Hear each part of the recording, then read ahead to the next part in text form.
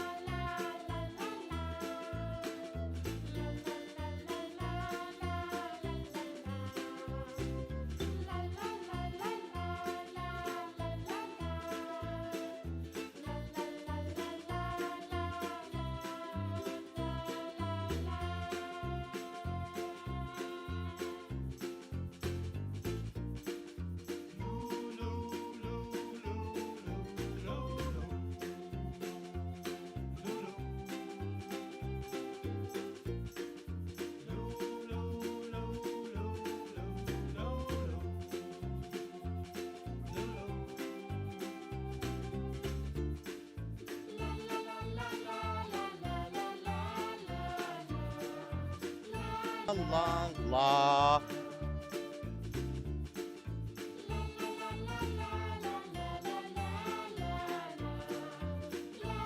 Chart, chart, chart, chart. La, la, la.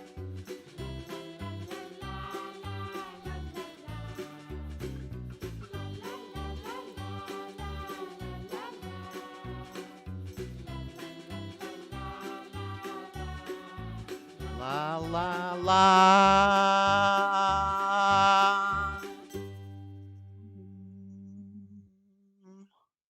Boom. What's up, everybody? Welcome to the show. It's Monday night. We're doing it right. Oh, the JS Urban going up. Hold on. Let me get some things straightened out real quick. All right. What's chat saying? Who's in chat? Let's go. Said Robbie Brown. Tommy T-Bone Davis is in the house. Stubborn one. What's up, Lord Colin B? Name. Raymond the Gets. Succubuses. Those mermaids look like dang old succubuses. You can't have 350. What?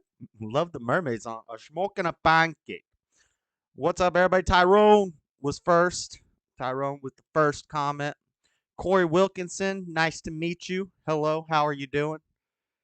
Nice to see you here. I don't know if I've ever seen you in the chat before, but it's Monday, guys. It's been a kind of a fast news week. Nothing real huge, but primary stories. We got to talk about the Little Mermaid. It's been running social media. All the memes are either Martha's Vineyard, which we're going to talk about that too, or Little Mermaid.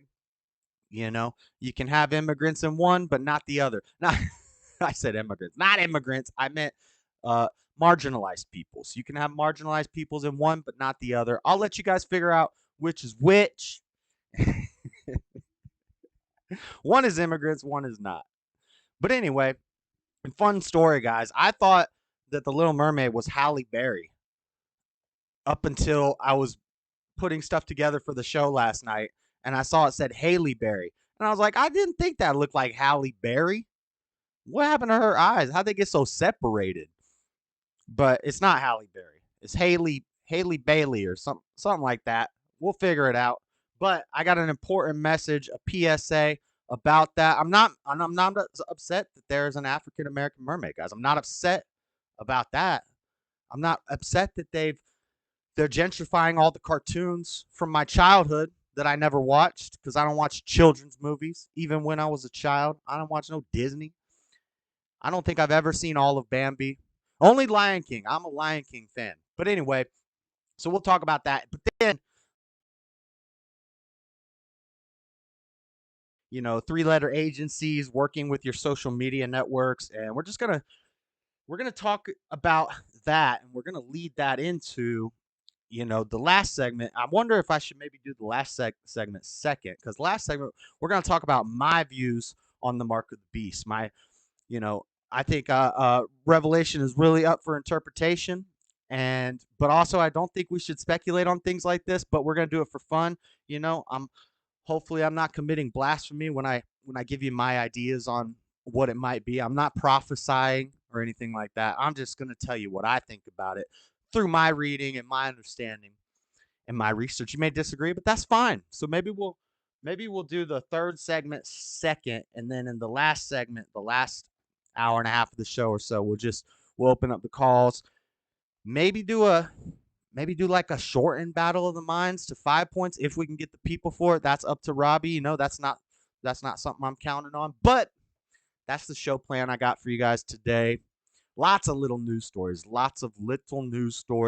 Let's play a Tyson James song to kick us off. As usual, that's how we roll. Let's play an older one.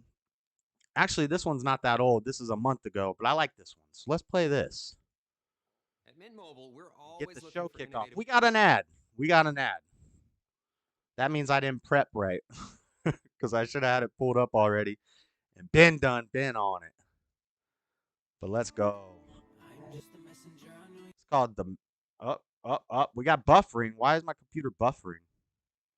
Is YouTube mad at me? What I do?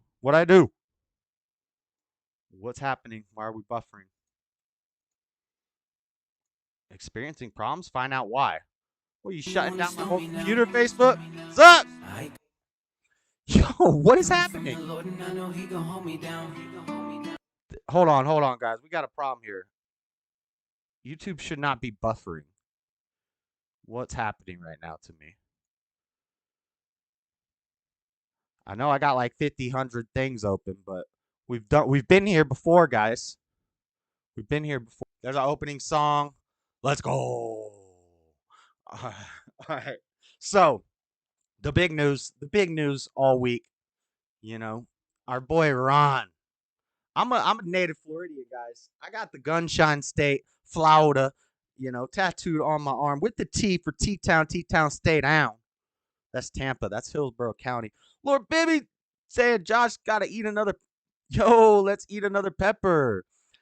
For the 10 spot, which is normal from you, Bibby, I might grab a chili. I might get a chili pepper out the fridge and eat that later on in the show. But we gotta talk, man. I gotta have voice. I gotta have some voice. Bibbs is asking for the booty burn. How you doing, Josh? I'm doing well. All is well, Bam Nolia. Thank you for coming by. So my governor, I consider myself a Floridian, a native Floridian. I'm a Florida boy to the core. Even though I live in Utah, I don't fit in with anybody out here because Florida people got different kind of blood. But I consider Desantis my governor. Governor Ron DeSantis. And he's running against a guy named Charlie Crist. And I didn't even pull up no stories or nothing about this, but I'm going to tell you guys a little bit about Charlie Crist because I lived in Florida under the reign of Chain Gang Charlie, one of the roughest, toughest, rollingest, Republicanist mayors you've ever seen, or governors that you've ever seen. So we'll talk about Charlie Crist, but let's check out this story. Everybody knows about it by now. I will send Josh some baby wipes to stick in the fridge before the 8 a.m. potty appointment. Where's Dean at? Dean will be in here. Dean will find his way in. Dean's gonna find a way. All right. But here we go. So, we know the story. I'm not gonna spend too much time reading these articles, but I'm gonna say it was epic. It was epic. He took, they're sending these immigrants all over the country, illegal immigrants, specifically illegal immigrants, but I don't even know if I can say that. Like I think that's like a racial slur now to say illegal immigrants, even though that's exactly what they are. And, I don't think they're any less of people. I just, I used to delve into the dark side of life and I did a lot of crimes and, I should probably be held accountable. A lot of it I did be held accountable. Some of it I slipped. Some of it I slipped through the cracks of the judicial system. But one day I'll have to deal with that. One day I'm gonna have to face that, and I think it's the same thing for the illegal immigrants. If you're breaking the law, come in, you gotta face the penalty. I think the penalty should just be you get sent back. Honestly, that's all we got to do is, or just if we had some sort of obstruction that could keep you out before you ever got in. Abbott, talking to you, my boy. Talking to you. This is why we're going to focus on DeSantis and not Abbott in this story. He did send some immigrants over to Kamala's front porch, which is pretty gangster. But Abbott, you run the state with the biggest border that's facing the biggest threat. So you could fix that up, my guy. You could call up the National Guard and just get them down there. And there already is National Guard down there. I've seen it in press conferences where they'll have the National Guard come out and show a presence. That Jamie was showing it on Danny Mullen when Danny Mullen went down to the border. They'll show you on the press conferences. They'll have all the military there keeping everybody out. But then as soon as the press conference ends, the political person leaves or whoever's in charge leaves. The military leaves too, and they just let them through. So, he could stop that at the head. Abbott could. He's just, he's kind of riding off my boy Ronnie's back. He's trying to get some points with the Republican Party by copycatting. But Democrats are outraged at the reckless and soulless actions and question the legality of what some called a political stunt. So he took 50 immigrants that were, shipped to his state. I don't think they walked to Florida. I don't think they walked to Florida from the dang border. I think they came in somewhere else. And then, the Democrats, Biden, has been doing this for a long time, just sending them all over the country in cover of night, big old planes full of places, dropping them off all over the place, specifically in red states, because they want to. Even if the immigrants don't have the right to vote, the Democrats still want to flood all the cities with immigrants because it changes the. Now I'm going to sound dumb because I don't have it off the top of my head, but it changes the electorate. It changes how many seats they get based off their population. So even if the immigrants can't vote, they don't care. They just want to pack these cities. Same way they want to pack the courts. Same way they want to pack the country full of new states. That's all part of the plan. But Bam Noyahu's birthday. That'll be a sick show to get. All right. Chat is communing amongst themselves. Very nice, very nice. But where was I at? So the Democrats are flying these immigrants all over the place. And so DeSantis said, I'm going to do the same thing. But actually, he's the only one really doing it legit because he's flying them to sanctuary cities. Is Martha Vineyard a sanctuary city, or is there like a sanctuary city nearby? Or how does that work? Because I heard he was sending them to sanctuary cities. But Martha Vineyard is where he sent them. A bunch of Venezuelans. Joe Biden has accused Ron DeSantis of playing political politics with people's lives for flying Venezuelan migrants. It should say for flying Venezuelan illegal immigrants to the wealthy liberal island community of Martha's Vineyard without warning, while the legality of the Florida's governor's move is also under scrutiny. So he flies them there. They show up, and then all the people on Twitter, all the liberals on Twitter are like, "Oh, it backfired. Look how friendly these Martha's Vineyard people are." And they got tables and they're giving them food and stuff. Yeah, they got abundance, so they can hand some out and look nice. But guess what? It only took 48 hours to get them out of there. They didn't let them hang out. And let me tell you something. If they flew 50 illegal Venezuelan immigrants over to Martha's Vineyard, they only got 47 of them out because 3 of them boys snuck out. 3 of them boys are living in Martha's Vineyard right now. I bet. You don't think so? I bet. They're good at sneaking out of places.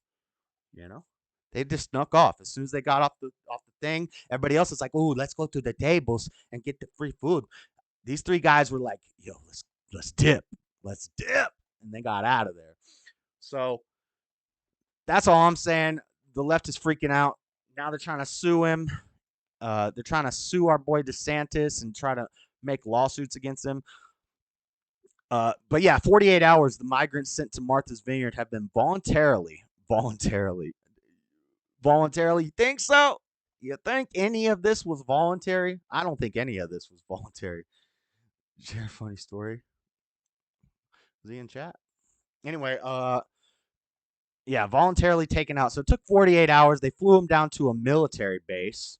Where's it at? Where's the military base? Yeah, they voluntarily said, yeah, we want to, instead of living on this island oasis with rich people, where this one guy sent us, we want to go to the military base. Let's go. Thank you, America. And they even got clips of this. I don't think I got a clip. I don't think I got the clip, but they got clips of the immigrants being like, thank you for sending us. Thank you, Ron DeSantis, for sending us to Martha's Vineyard. But I don't got any videos of them saying, thank you, Joe Biden, for sending us to the military base where we will live in cages. I already shared this with Jess. What's happening? What's up, Ian Hogg? Ron DeSantis is 11. Ron DeSantis is only 5'9". Blasphemy, bro. Lord, baby, you get like 3 inches just for being such a boss. What's up, Red Dirt Farm? What's up, Smash Lee? Hello, everybody. So yeah, Twitter flipped out. What's next for the migrants? Governor DeSantis and Abbott sent to Martha's Vineyard and Kamala Harris's doorstep. Oh, there's this lady giving a report, and he gave them like maps, and it was like a Dora the Explorer map. Because Dora the Explorer, she Hispanic, I think. I think she Hispanic. Biz, Robbie, Tyrone, what up? Incoming. Tyrone says incoming. Dog the Bounty Hunter. All right. Oh, we got to add. This is from Business Insider. Basically, Democrats say Republicans are using inhumane political stunts, and they're trying to come after him now, Abbott, and they're trying to make it a law thing. They're going to try to impeach him, just like they tried to impeach Trump. How'd that work out? It didn't work out very good. But anyway, one of them NBC decided to tweet, "This is like taking your trash and dropping it in your neighbor's front yard," or something like that. Look. And NBC got called out. They're like, "Oh, so immigrants are all trash." That's what you're saying, NBC. Do you not have an editor? Do y'all not have an editor? You need a mod. You need a mod like Lord Bibby or Stubborn One because somebody's got to keep you in check, NBC. Twitter user slammed NBC News on Friday for deleting a tweet. "Oh, we're not recording, and I'm on fire right now. I feel it. I feel it. We got to start recording. Dang, we missed the beginning of the Desantis info. Can't clip that. Can't clip that." Twitter user slammed NBC News on Friday for deleting a tweet about the illegal immigrant relocation from Florida to Martha's Vineyard, which compared migrants to trash. The now deleted tweet and corresponding NBC News story quoted Max Leffield, founder of Casa Venezuela Dallas Foundation, a charity group dedicated to helping refugees, who described the relocations as taking out the trash. "It's like me taking my trash out and just driving to different areas where I live and just throwing my trash there." He even like doubled down on the trash reference. You'd think you would have caught that in proofreading. This is just what I'm thinking. I don't know, but I'm not as smart as these writers at NBC or you know these tweeters. NBC News tweet about the story featured Leftfield's comment front and center, stating Florida Governor DeSantis sending asylum seekers to Martha Vineyard is like me take. Yeah, I already read that. So they had to take that tweet down. They're not very smart. They're not very smart, but that's pretty much it for that story. I know you guys have been hearing a lot about it. I just think it's epic. I didn't make any clips or anything. I just wanted to thank Ron DeSantis for being a boss.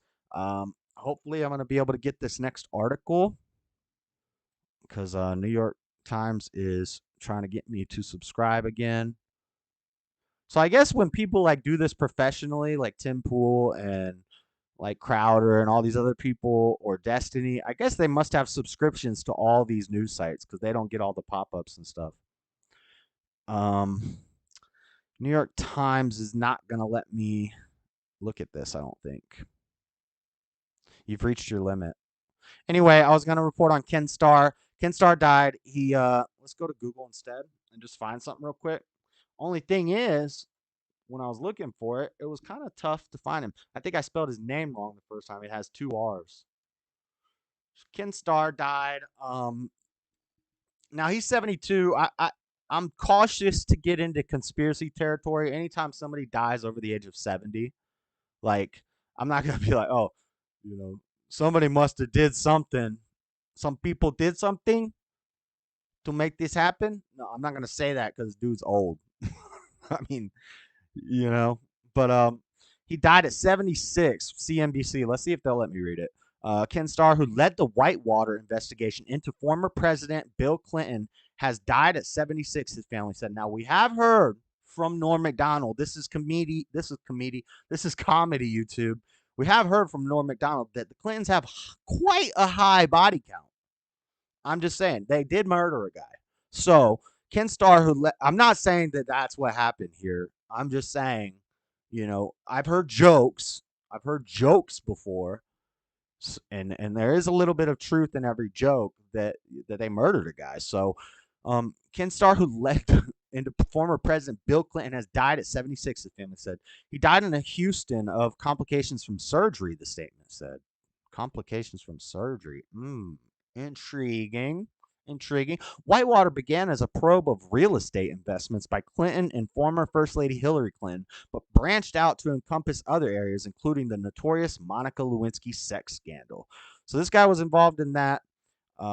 Complication from surgery. He was nominated by former President Ronald Reagan for a seat in the U.S. Court of Appeals for the Washington, D.C. Circuit, and he served as U.S. Solicitor General under the President George H.W. Bush. He also held roles as Dean of the Pepperdine University School of Law and president of Baylor University, a tenure which ended in 2016 after an investigation in the school's mishandling of sexual assault cases. He's been a front runner for sex crimes, sexual assault cases. That's his sort of thing, which is interesting because, we still haven't seen anything really come from that whole, that Ghislaine, little Epstein. He's still alive. He's living on the island. The island is running at 100%. It may be moved to a different island now, but the Ponzi took a little 20-year thing. She's gonna serve it at Club Med. But now we're seeing people who focus on sexual crimes. They're dead. But again, he's 76 years old. That's kind of old. You can't be getting the fact that he was having surgery at 76. There's probably a high chance of failure in that procedure. Just saying. So Kent Starr, he did. All right. Mike Lindell says the Fed seized my cell phone at Hardee's.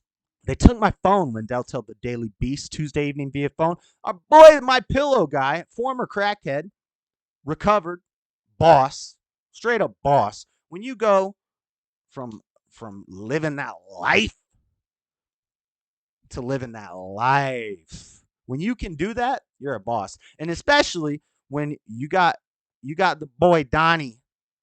You got the boy Donnie on speed dial, and you make a mighty fine pillow. Nobody messing with Mike except the FBI, which, that's what a lot of the show is going to be about today. Is just how these 3-letter agencies are horrible. It's a scandal. It's a giant scandal. Let me read chat a little bit before we catch up on our boy Mike. LJ, what's up, LJ Fox? Taking a break from the Phillies game. What's the score? How are they doing? I like the Phillies. I like the Falcons. And I like the Bucks. First, Bucks. Second, Philly. Third, Falcons. Otherwise, I don't really care too much about football. Clinton's definitely... I'm not gonna read that out loud. D. Melkin, so you want to be the getaway driver or you on the ground? Great Winnie and Hog. We got better with our crazy game. Snow Goose, how you doing? I haven't said hi yet. Welcome, Snow Goose. I think I've seen you in here before. Hermie. Tommy said, hey sis, like a tied goat. I don't know what that's in reference to. How are the Battles of the Mind questions compiled? I think Robbie just goes to 2 different places on the internet. He's got an app he said he paid $1 for to get the multiple choice ones. And I think he's going to like a website or something for the true or false guys. I told him, he said he has a Trivial Pursuit board game. He owns it. Because I was saying, hey, you need to get a Trivial Pursuit game and you need to bust out them cards, baby. You're going to have like a stack of questions, but they're going to be tough. And don't just do Trivial Pursuit. Do the true or false, do the thing, but every now and then throw one of them hard guys in there, It'll really separate the men from the boys. And I'm not saying I'm any good at Trivial Pursuit. I sucked at that game. I just wanted to memorize all the cards so I could win. You guys stay on late. Good evening. Oh, I scrolled up on accident. All right. Don't put me on the list, Robbie. Spot on, Josh. It's all the fly. All right. Tommy Davis said, cheers. Cheers. Let's see if I can drink a sip of my tea yet. So Mike Lindell rolling through Hardee's, trying to get himself probably, they got good onion rings. In some places it's called Carl's Jr. Same thing. Kind of like Rallies and Checkers. They got Carl's Jr. and Hardee's. Same restaurant, different areas. We don't have Hardee's out here, unfortunately. We have Carl's Jr. But it's the same thing. But they used to have the biggest burgers. They've been slacking, though. But anyway, our boy Mike likes Hardee's. The FBI seized his cell phone while he was at the Hardee's restaurant. Lindell also posted on social media a grand jury subpoena from a federal prosecutor in Colorado on what appears to be a search warrant related to a federal investigation into breached voting machines in Mesa County, Colorado. What appears to be a search warrant related to a federal investigation into breached voting. So we know Mike Lindell's been looking into that stuff, which I'm going to be very careful because they own it. They on it, especially with midterms coming up. They are on that. I will never question the safest and fairest, most legit election where we saw the greatest president, the most popular president who's ever walked the earth. Oh, the big guy. The big guy, the man. The big guy, JB. JB. Not Justin Bieber. I think Justin Bieber would have probably got more votes. But JB, Joe Biden, the big guy. So we don't want to question that, but Mike was. And the warrant requests all records and information. So he's rolling through the dang Hardee's, and they just decide to pop up on him. While he's at the drive-thru, the FBI comes up, takes his cell phone, and then, so he calls his lawyer. They try to tell him he can't call his lawyer. He calls his lawyer, though. He gets to call his lawyer. His lawyer says, just give him the cell phone, Mike. We'll handle it in court. Probably that's the best option. That's the best option. You don't want to get George Floyded, Mike. And the FBI might do it to you because they don't want you around, buddy. They don't want people's osteoporosis being helped by your fantastic pillows. Anyway, and then they told him he can't talk about it, like some sort of non-disclosure agreement on your Hardee's experience. Man, you could yelp about that, Mike. Hardee's needs to have some protection in place. But then, guys, I'm sick of having to boycott things. I tried to boycott Netflix when they did Cuties, but then I realized, I don't pay for Netflix anyway. And my brother's like, bro, just watch it. Because I was like, man, I want to watch this new season of Better Call Saul, but I can't watch Netflix. And he's like, you don't even pay for it. Just watch it. You're actually robbing them anyway. And I was like, oh, that's right. Let's go. So I'm back on Netflix, but I'm not a fan of Disney. Disney owns a lot of stuff. And I can't be a fan of Marvel anymore, but now I can't even go eat at Hardee's because Hardee's decided to troll our boy Mike. Hardee's is getting involved in FBI warrants related to political investigations publicly on Twitter. Really? Hardee's troll Mike Lindell with discount if you still have a cell phone. Oh, they got jokes. Hardee's got jokes.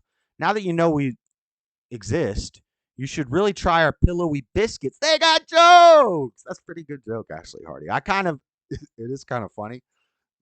If you still have a phone, you get a free breakfast biscuit in our app. Hardy's got jokes. But now, who's taking on Josh tonight? Set it up, Robbie. Set it up. You got to handle all that in the background. It's got to be like when Jamie said you got 2 minutes to get it going, and you did it. You'll have to do that again. So Hardee's got jokes, but I don't appreciate it. So I'm at least not eating Hardee's for a year, which is pretty easy because I think it's not like I go there regularly. There is one downtown. Oh no, I think it got closed because it was surrounded by spice heads all the time. And I think they just lost all their business because nobody wanted to go to that corner where the downtown Hardee's was because it was just flooded with spice heads 24/7 all the time in this one spot. So the spice heads closed down the Hardee's. How about that, Hardee's? How about you can get a pillowy biscuit if you can stay open and keep your dang spice heads away? How about that, Hardee's? Tweet that. All right, but I don't like Hardee's no more. Last but not least. Oh, you know what? I skipped The Little Mermaid. The Little Mermaid was supposed to be second. Let's finish with Mike because actually this ties into the next stuff when we're talking about the 3-letter agencies. I was supposed to go to Little Mermaid after Desantis, but I don't have any articles on Little Mermaid, so I forgot about it. I have a clip, though. I have a fun clip, and I'm going to explain to you why The Little Mermaid is dangerous. But first, let's watch this clip. So apparently all the crap late night show hosts that, certain YouTubers get much more viewership than they ever will. More people are going to watch Louder with Crowder, Tim Pool, things like this. Probably slightly offensive probably gets more views than these 3 guys combined. Talking crap on our boy Mike.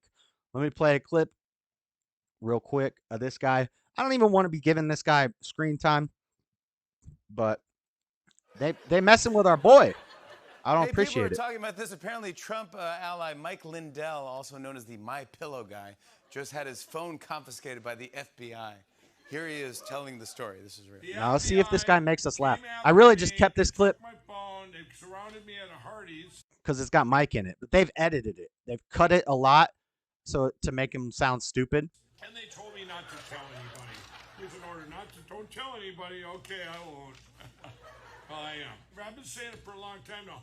Come and arrest me. I want you to take me in. I want to take me in. They weren't. They were actually nice guys. I can't Not believe that someone funny. paid $800 for that on Cameo. Bad That's joke. right. The FBI surrounded him at a Oh, Hardee's. bad joke. Knew something was up when the intercom was like, so that's one burger, one drink, and step out of the car, please, sir. Good luck to Mike Lindell. I'm not sure you want to go to jail being known as the My Pillow guy. But anyway, I don't know. Hello. Good dig, but not that great. Not that funny, you know? Not that funny. So that's all I want to say about that. Our boy Mike and these hack job commentators are making jokes about the guy. Come on now. You used to be funny, bro. How about that? Anyway, let's move on. Another big story this week. I don't know why. It's almost all of our memes. Almost all of our memes are comprised of Little Mermaid. That's the big talking point. And one of our memes even shows that actually the first black mermaid on Little Mermaid was in 1992. Why is that funny? Cool beard Togath. Not even the tiniest bit funny. No, it wasn't funny. It wasn't that funny. Not as funny as Fallon's failed acting career. They all went to that guy's island and the big guy's island too. Ooh. I do not like Will Ferrell. Don't think him and Chris Farley are bad. They cater to the general. You don't like Will Ferrell? Dean, that's blasphemy, bro. Will Ferrell's a legend. I don't even know his politics or anything, and I don't really care. That guy. Have you not seen Talladega Nights? Dude, Will Ferrell's a legend. I don't know what you're talking about, Dean. But The Little Mermaid, guys. Here's my take on The Little Mermaid. My hot take. I don't care that there's a black Little Mermaid. I don't care. I do get upset when Marvel has a huge cast of characters, and we've known them for years. You know, because I've always been kind of into comics a little bit, not a huge comic nerd or anything, but you know, we have these characters that we've known and we've grown with, and they just change it for some diversity and some equity and some inclusion. They just change it. So now, but if they did that like once or twice, it'd be forgivable. But they're doing it for all of them. All of them. I'm not mad about She-Hulk, because She-Hulk's always been a character. But Captain America, they had to make him black. Iron Man, they had to make it not only a female, but a little Asian girl. Ironheart. Come on now. You know, you got there's a bunch of them. I'm not going to go through the whole list. That's not the point. So I don't really care too much that Ariel is black. But I also know that it's not the first black Little Mermaid. There was on the Little Mermaid cartoon TV show. There was a black Little Mermaid in 1992. So it's already been done. My problem is this is dangerous. This is a PSA announcement to the world. This is dangerous, Disney.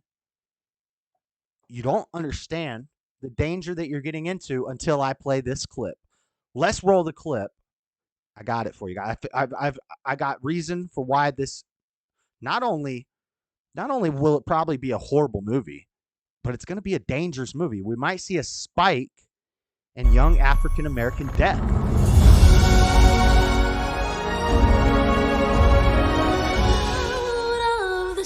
First, we're going to give you a taste of the clip.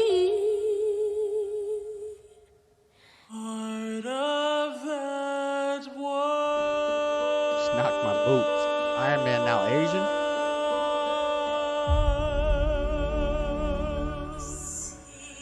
now, there's also going to be a test of my editing skills. If I was able to edit this right so that I don't catch any strikes from Disney for it. Because I try to have cuts every 5 seconds and audio level changes and panning and zooming. But anyway, so first there's your clip. There's your clip of the new Little Mermaid. The actress's name, I thought it was Halle Berry. I seriously did. I put on some message board. I was like, all I'm going to think about is that I've seen Halle Berry's boobs in Swordfish. But then I realized yesterday that it's not Halle Berry. It's like Halle Bailey or something. And which makes sense because it doesn't look like Halle Berry. But now we got TikToks. You guys know my thoughts on TikTok. Yeah, we all know they're data mining. Whatever, so what? Everything is data mining us. Your data's been had. Your data's been had since you were born, and we're going to talk about that later. We're going to talk about that later in the third segment. They got your data. The data mining is not what I care about. The problem that I have with TikTok is that it's a concerted attack on America where they can conquer us without fighting a single shot by destroying our children. Now, here's some TikToks of little African-American children reacting to the new Black Little Mermaid. And if you think for 1 second, come on, man. I see women that I thought were like level-headed being like, look how beautiful this is that I saw on TikTok today. It's beautiful. Typical. It's a white woman move. But I'm like, come on now. Come on. Are you really going to let TikTok play with your brain like that?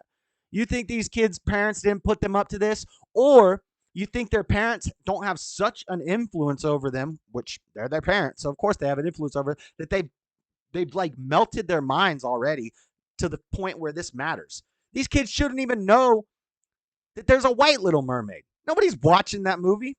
Come on now. She's like me. She like me. She's like me. Why can't we see your face? They're about to show it. Keep watching. Keep watching. Oh, she's black. She's black. Yes. Oh my God. You think their parents didn't put them up to this?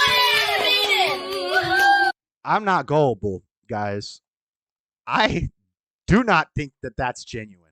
I think this is all parents trying to get clout on TikTok. But now we move into the danger.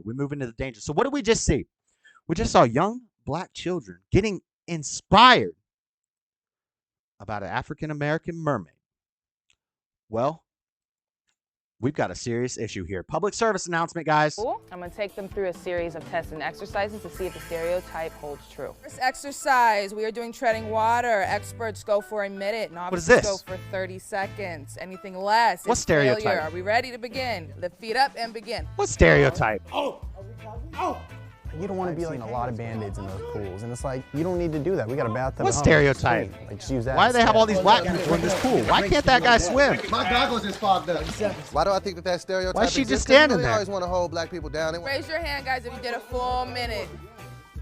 Expert. For how long were you Some of them weren't too sure on that hand raise. For 30 seconds, and for the other one, like 35. She said to tread water. That means to move your feet back and forth. My feet were indeed What's going on moving here? back and forth. Wait, can Some black people never people learn not how to swim? swim because they're paralyzed by fear. Jump in so you're not scared, and then you'll figure it out. Count your time. African-American children aged 5 to 14. What did that say? Hold on, what did that say? Jump in so you're not scared, and then you'll figure it out. Count.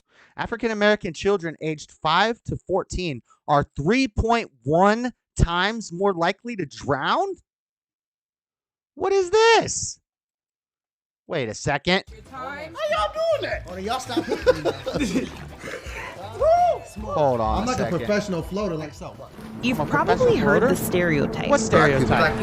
Black people just can't swim. Black people can't For swim? generations, this has been an all too familiar tale within the black community. Here's something you may Wait, not then why know. do we got a black Little Black Mermaid? children are drowning at 3 times the rate of white children. 3 Racial times the segregation in America's pools may be to blame. It's racial segregation. Swimming while black. Racial segregation. Racial in segregation pools at America's may be to pools blame. is to blame. Swimming while black. This looks like a very informative documentary. Heart of that Yo, she looked like Flounder. In the United States, 64% of black children can't swim. 64%. Genesis home. She just said in the United States, 64% of black children can't swim. I didn't say it. The documentary said it, guys. He was only 13 years old. He wanted to What swim happened? with his friends. What happened In to May him? 2014, police reported to a scene near a local high school in the small town of Hollywood, South Carolina. South Carolina? An unidentified teen was Mona found Reza. floating in a pond off Highway 162. What? Dive and rescue teams scoured the area and recovered the body of Genesis Holmes.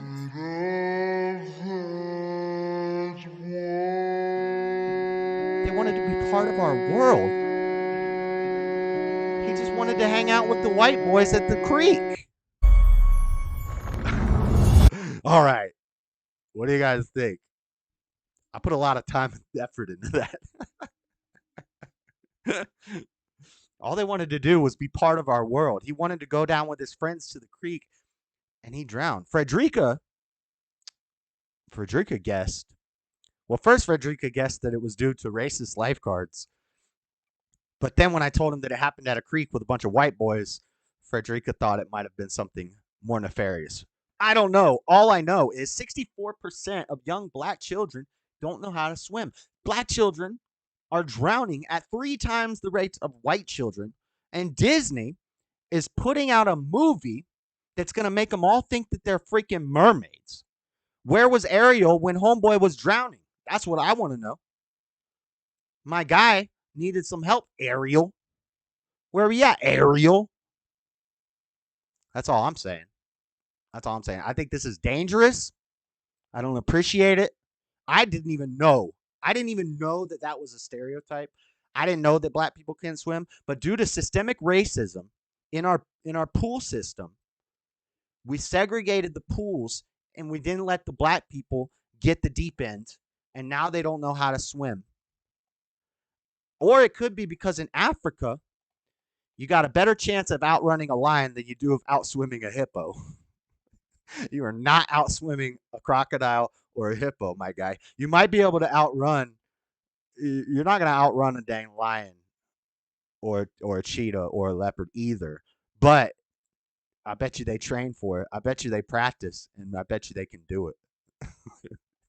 You're going to have better chance of running than swimming. I think that's where it came from. But anyway, racial segregation at our swimming pools. You know, and I've told this story before. When I grew up, for a small period of my life, when I was pretty young, you know, like kindergarten, first grade, we were pretty low income. And we lived in the hood. We lived in the hood of Tampa, right by like Bush Avenue, like right by Busch Gardens. I could see Busch Gardens across the street, the roller coasters, but I could never go. We never could go to Busch Gardens. You just get to see it and dream about it one day. And I was the only white kid in the whole apartment complex. I tell this story all the time. And you know, it was nice because I liked swimming from a young age. My mom liked tanning by the pool, and I had my flugels. I called them flugels. You know, some people call them floaties. Some people call them give me some names. I know there's a lot of funny names for it, but flugel, I called them flugels. And it was cool because I was always the only one at the pool. So we always had the pool to ourselves. And but I still was friends with all the black kids. You know, we didn't see color.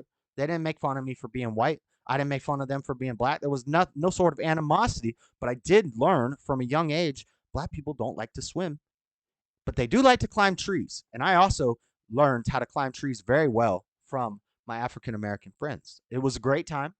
I would hang out. I would swim all day with my mom, and then mom would go inside and I'd climb the tree, and the tree was right outside of our balcony, so my mom could watch me from the balcony, and we just climbed trees all day, boy. We loved it. We loved it. So that's all I'm saying is I think this is dangerous, Disney. I don't appreciate you, you know, encouraging these young children. Maybe, you know what I get the feeling? I get the whole Margaret Sanger thing 2.0. You know how they put all the abortion clinics in inner cities because Margaret Sanger was a eugenicist and she wanted to basically eliminate the black population. I feel like Disney, is she part of Disney? because I feel like Disney's trying to set up some chillins. We're gonna have a lot. We're gonna have a mass. I mean, I pray this doesn't happen. I'm just saying, I'm getting Margaret Sanger vibes from Disney. They're trying to wipe out the black population. Damn, that's a sick story, Josh. I didn't know any of that. Yep, it's a true story. I think I've told some people in here. But yeah, so just saying, Disney, come on now.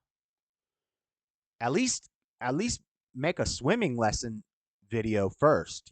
Put out a mass swimming tutorial and then do the mermaid, because you might get some negative results from this. That's all I'm saying. So that's that for Little Mermaid. That's that for what else we got? So now the Mike Lindell thing was supposed to flow into our next story because it had to do with the FBI. So you remember how was it Zuckerberg? Yeah, he went on Joe Rogan and basically perjured himself. He admitted that he retroactively lied, basically, because he told Congress that the FBI had nothing to do with the election, had nothing to do with censoring or anything related to the 2020 election. It was the safest and fairest election in the history of the world, right? And the FBI had nothing to do with that. Then he goes on Joe Rogan because the laptop story is finally coming to light. I think it's almost to the point. I think it's to the point where we can talk about it now, since there's a Breitbart movie about it. I think I can talk about the laptop now. I've been banned on Facebook for talking about it 2 years ago, but since it was finally coming to light, he wanted to get out ahead of it. So he went on Joe Rogan. And he's like, oh, and by the way, the FBI told us to be wary because there was going to be a lot of Russian disinformation about the election. So we had to start banning posts and getting rid of posts. And one of those was the Hunter Biden laptop. So we got rid of anything relating to the Hunter Biden laptop. And I don't know the exact numbers on this, but something like 58% of Democrats said that if they had known about the Hunter Biden situation before the election, as they should have, because it was supposed to be the October surprise. It was supposed to be the big ball drop, the boom, but instead they just shut it down because they control our minds. They control what we see. They control what we learn. They control what we think through social media, and they just shut the story down. Well, turns out that's not the only thing that the FBI's got its little fingers in Facebook. We've got a story from a couple days ago. Facebook red flag users who questioned 2020 election to FBI report. Facebook has been spying on the private messages and data of American users and reporting them to the FBI. If they express anti-government or anti-authority, which that in itself, that's what we call authoritarian, tyrannical authoritarianism, fascism, all these things that, they always throw at the right. That's literally what that is. When you have a private business is sending your private correspondence to the FBI, there's a problem with that. Anti-government or anti-authority sentiments or questioning the 2020 election. So, breaking news, guys, if you put anything on your Facebook about questioning, just questioning, that's all it says is questioning. That's very open-ended. If you questioned the 2020 election, and I believe it also had to do with anything relating to January 6th, which is kind of the same, it's kind of the same thing. The January 6th, the election thing all goes together. But if you questioned the election on Facebook, they were red flagging you and notifying the FBI so you can be watched. So again, with the data mining thing, with the Chinese TikTok data mining thing, like they're already been data mined you. You're data mined. And also, even if you don't use TikTok, anybody who has TikTok, if you're on their Facebook friends list, if you're on their Instagram, if you're in their if you're in their phone call log, any of that, they have all your information too already. TikTok already has your information. So that's not why I'm against TikTok. But yeah, Facebook is sending your information to the FBI if you questioned an election. Isn't that like what America's all about, is questioning our government? Don't we have like amendments written down saying that we can literally take arms up against our government if they do this sort of thing, if they're tyrannical? It's crazy. Anything in an email or a text or live phone call, landlines need a warrant. Landlines need a warrant. Is that true as of the Patriot Act? Because I'm also going to get into the Patriot Act a little bit in a little bit. I believe that even landlines, maybe they don't even need a warrant, Matt Living the Dream, because of the Patriot Act, which we thought was a good idea, but is actually just it was actually just a little crack in the door that they needed to break down the floodgates. Under the FBI collaboration operation, a Facebook employee red flagged these supposedly subversive private messages over the past 19 months and transmitted them in redacted form to the Domestic Terrorism Operational Unit at FBI headquarters in Washington, D.C. without a subpoena. It was done outside the legal process and without probable cause, alleged one of the sources who spoke in condition of anonymity. Facebook provides the FBI with private conversations which are protected by the First Amendment without any subpoena. These private messages then have been farmed out as leads to FBI field officers around the country, with subsequently requested subpoenas from the partner U.S. Attorney's Office in their district to officially obtain the private conversations that Facebook already had shown them.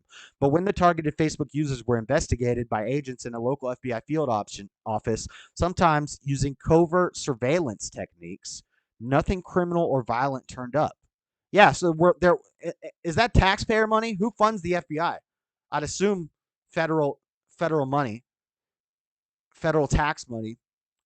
I'm not sure about that, but I'd assume. So we're spending our money so the FBI can work with Facebook against us being any, God-fearing, patriotic American who loves their country.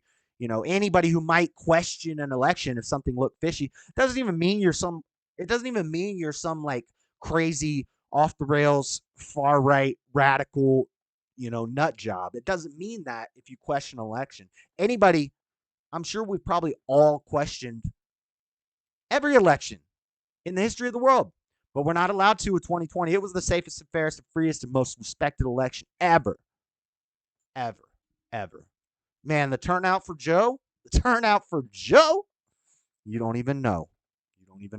No warrant for out-of-country or in-country phone calls or out-of-country calls, no warrants, but y'all remember the black sites the Chicago PD had, and lawyers couldn't even find their clients?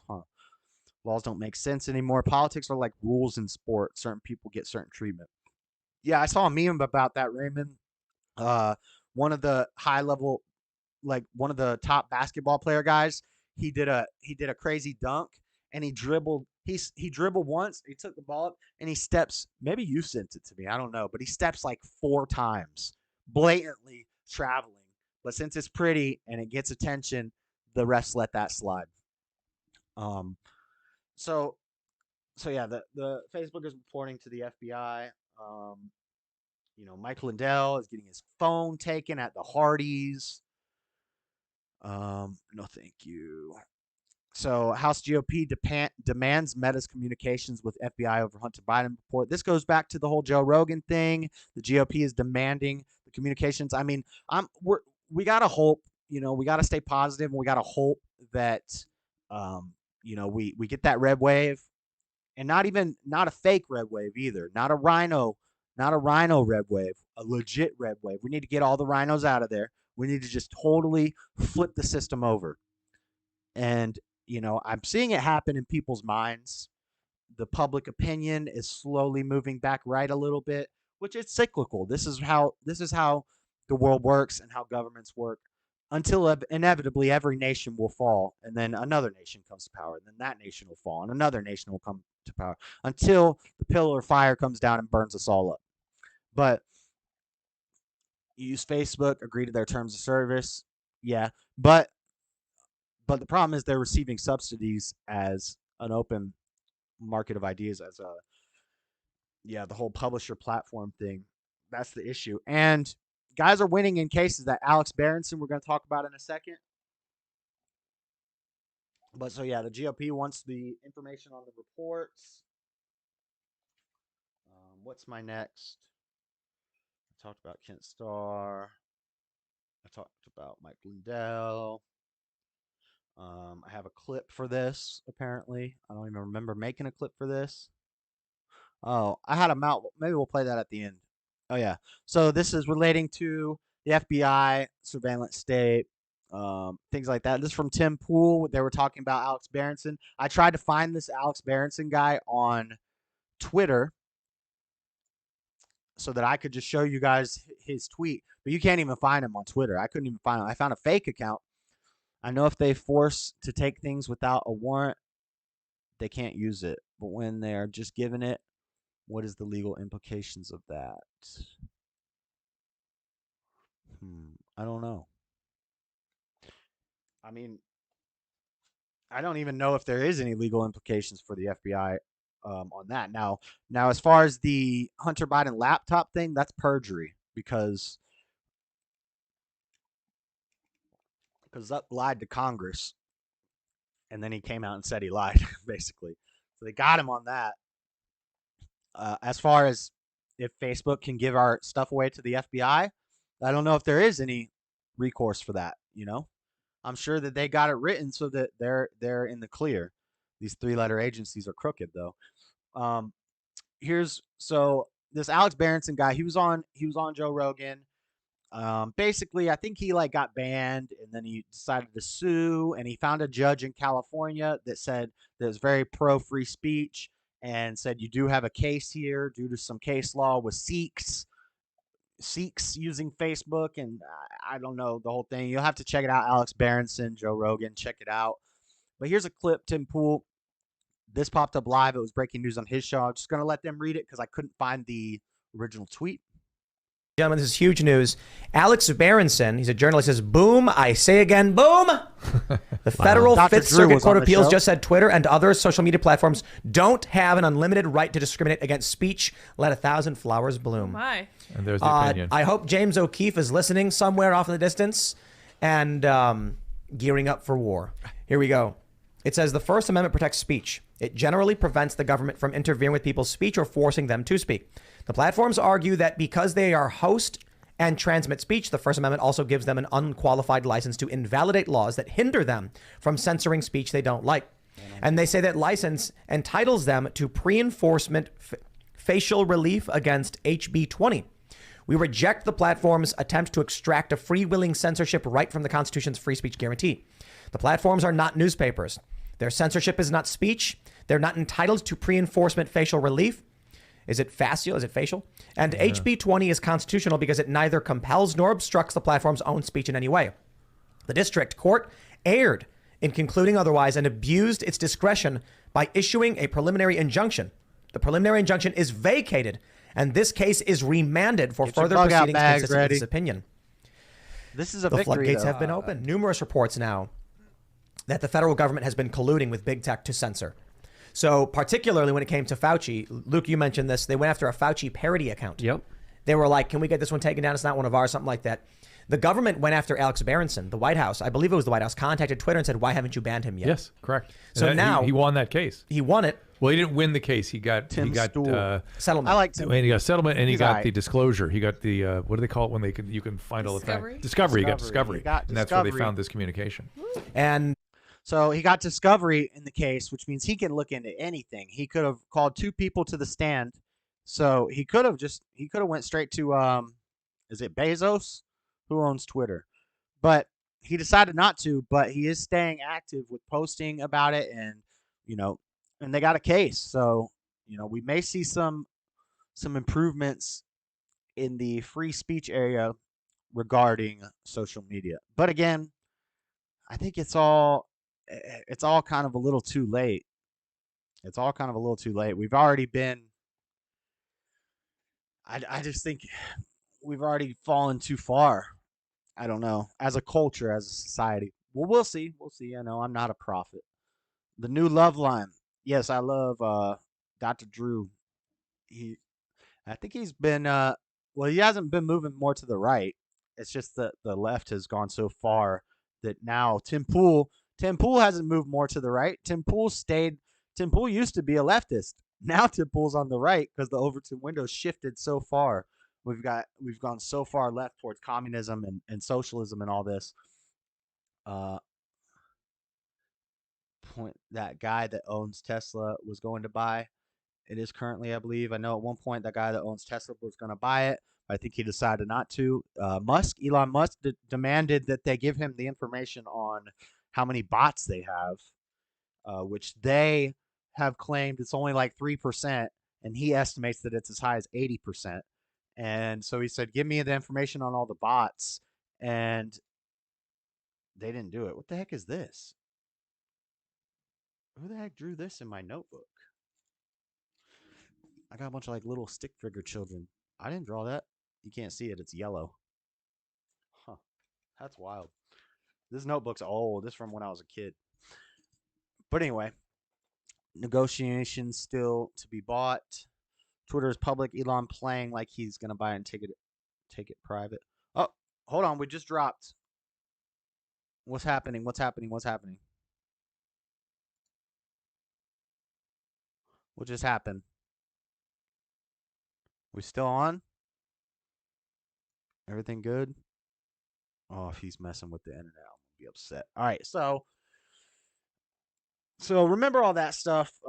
We got a few other news reports, but all that FBI, that surveillance state, the social media, all that's going to tie into the last segment when we talk about the mark of the beast. Bezos owns Washington Post, I believe. Yeah, I think he does too.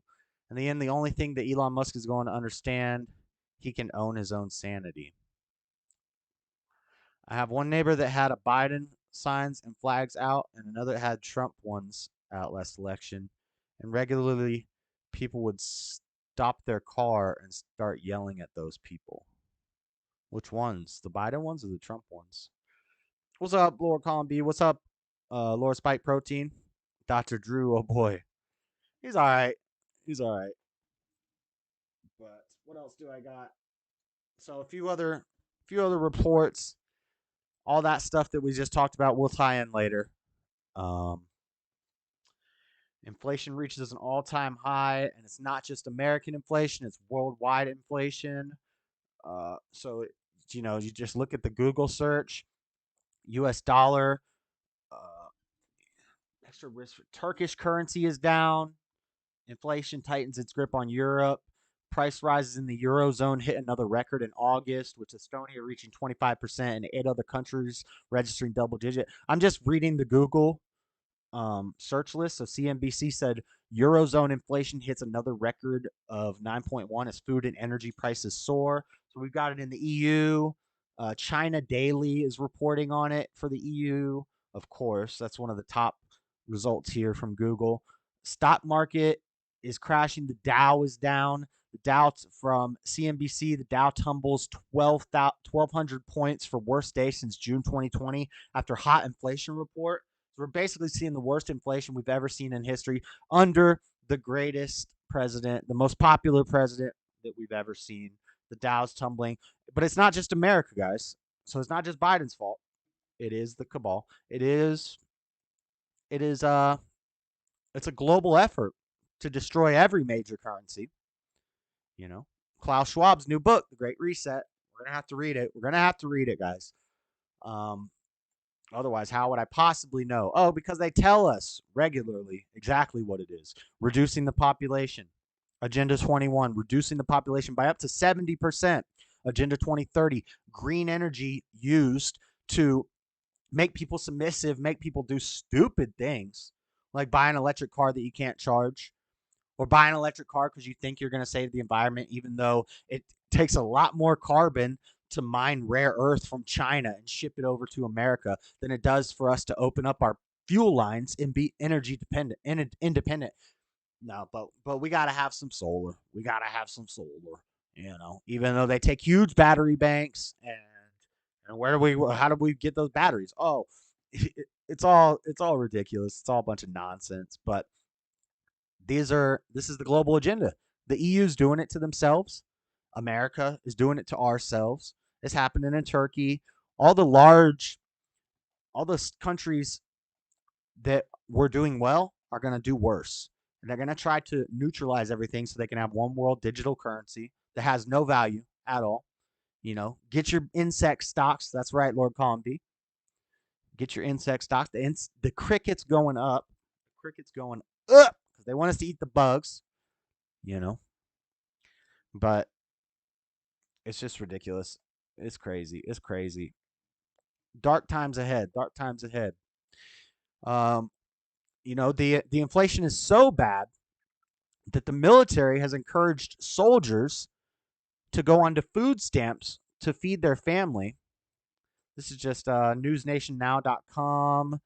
Sometimes you hear something you really can't believe because it's so searing it makes your blood boil. For example, if one thing explains how upside down America is right now, it's the U.S. Army telling soldiers who can't feed their families to apply for food stamps.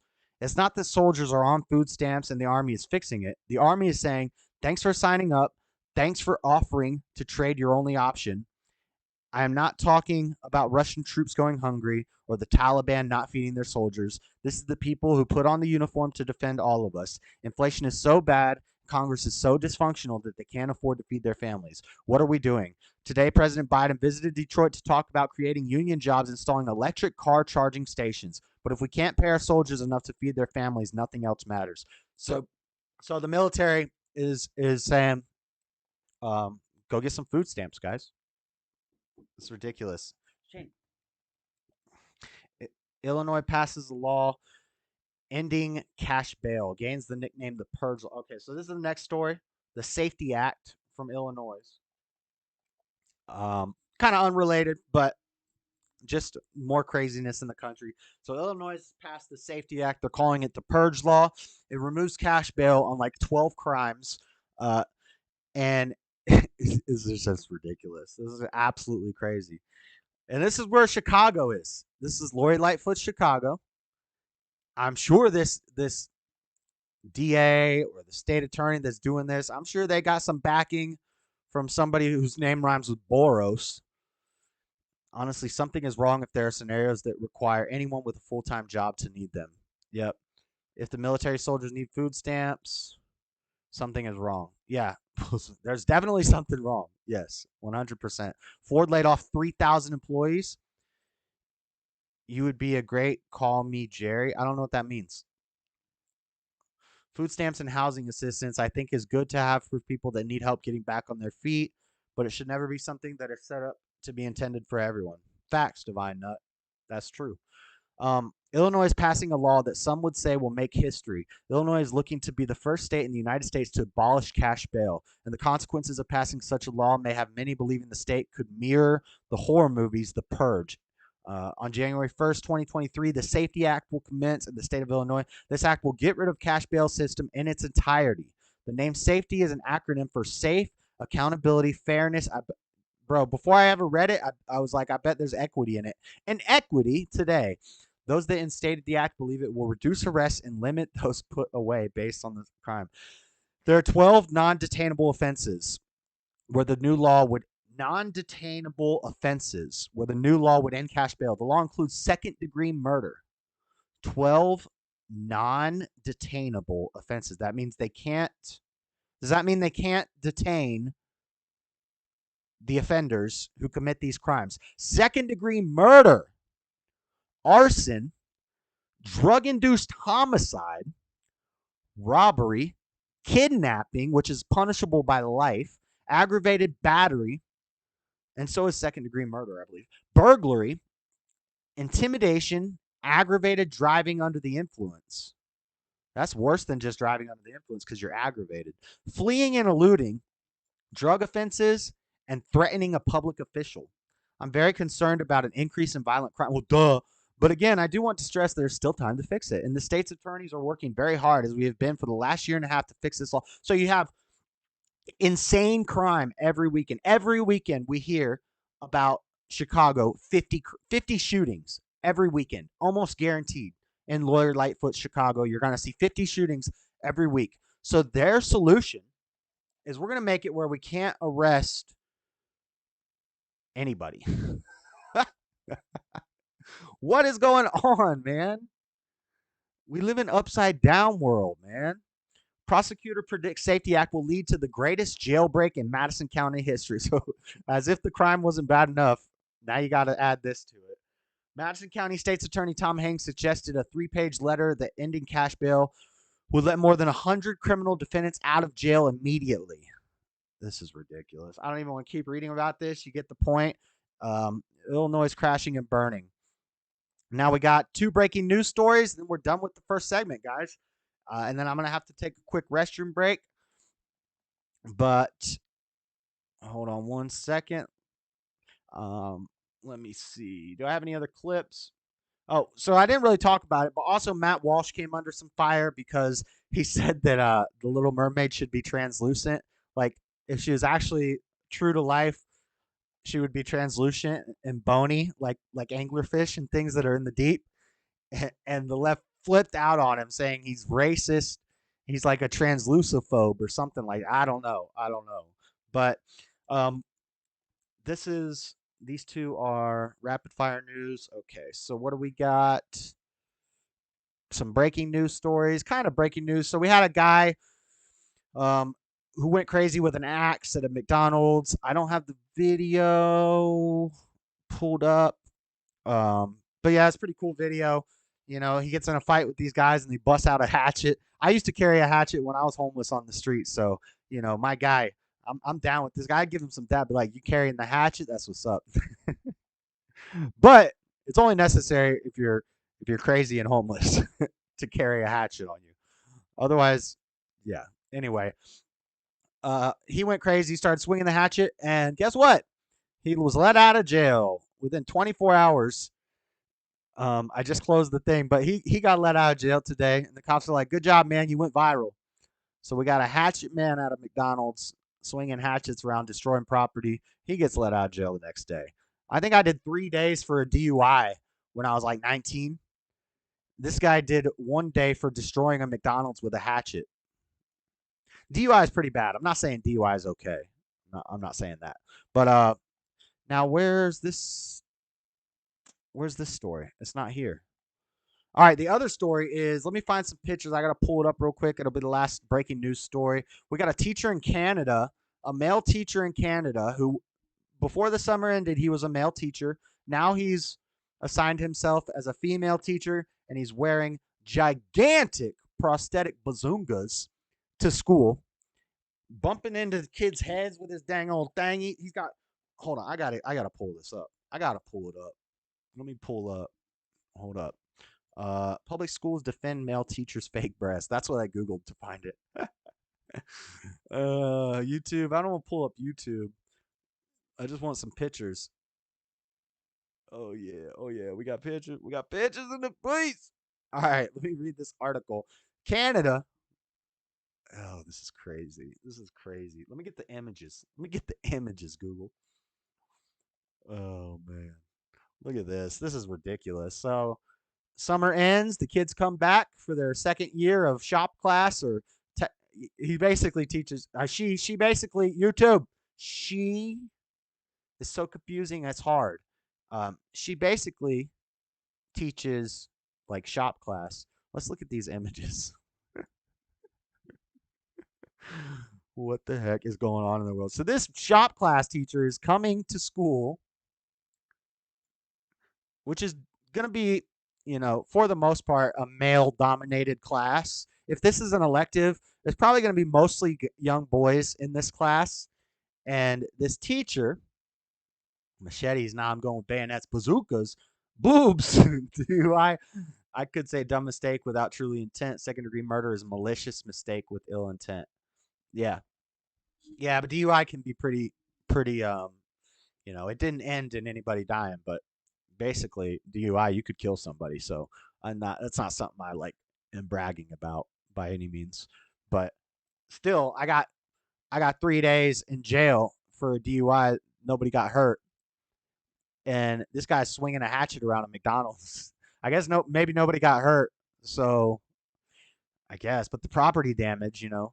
Anyway, what do you guys think? I don't even know what to say about this. This is a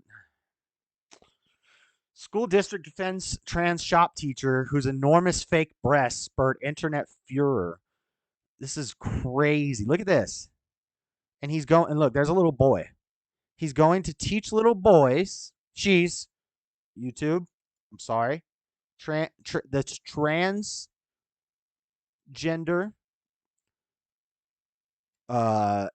woman wears humongous prosthetic breasts which I would say that's like a perversion, because really no woman looks like that. You never seen a woman that looks like that. So this, where is this guy getting his idea for what a woman is? Because he's a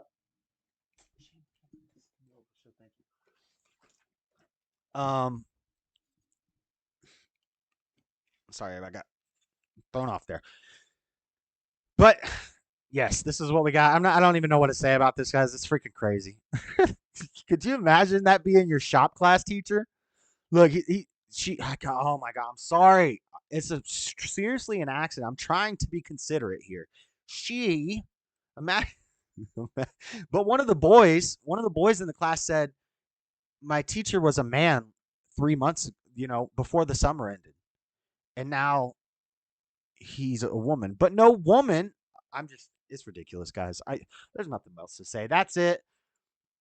That's it for the main news stories. We're going to tie some of that Facebook, that surveillance state, that social media stuff in with our Mark of the Beast commentary. But first, I got to take a quick break, guys. Let me play a song for you real quick.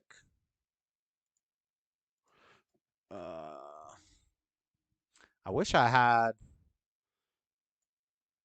Let's do CWA. I like CWA.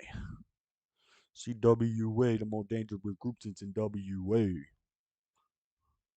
Stream 85 plus live channels. No ad. I don't want to hear you.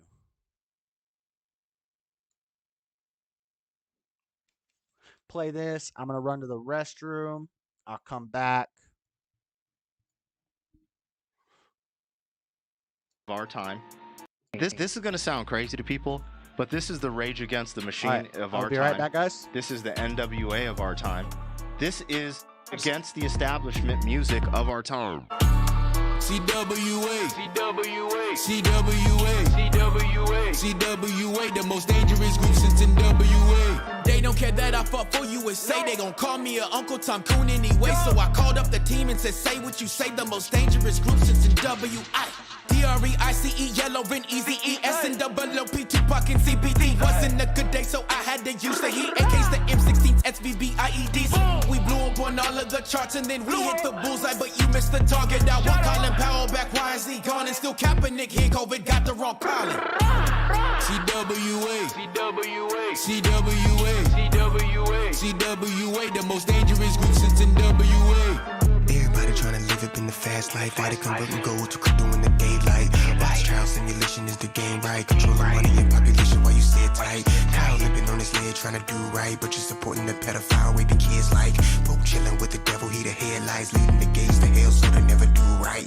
Repent all your sins is the way. The pain from your flesh better take it away. See, I keep no anger, no wrath in my name. Conservative with attitude be the game. We slide with no blanks, give God all the thanks. I play Sea of Thieves, got you walking the plank. I stand up awake and will not be a slave, even if it's the president holding the chains. Back in 2012, man, I wasn't even 8, and he wasn't even thinking, cause he popping all the zannies, while he killing all the grannies, and they forcing all the brothers to wear dresses at the Grammys, holding hands with all the trannies. Kid Cudi, Nas X, yeah, they sell these for pennies, maybe some inflated dollars. Got a banjo at the collar at the rally for McCullough, cause he tryna buy the mama. Say no to dough. And the vaccine don't give you trauma, gotta take on the big pharma. Let's go. CWA, CWA, CWA, CWA, the most dangerous group since NWA. For the people, to force the people, ignore their needle, resort to evil, getting more deceitful, rather torture steeple than believe in the Lord. See that horde of sheeple, border lethal with fear in the lines you rake. Bunch of mad libs, I get why their minds are blank. Speak for those who passed away, I'm awake. Assalamu alaikum, but I might take this another route.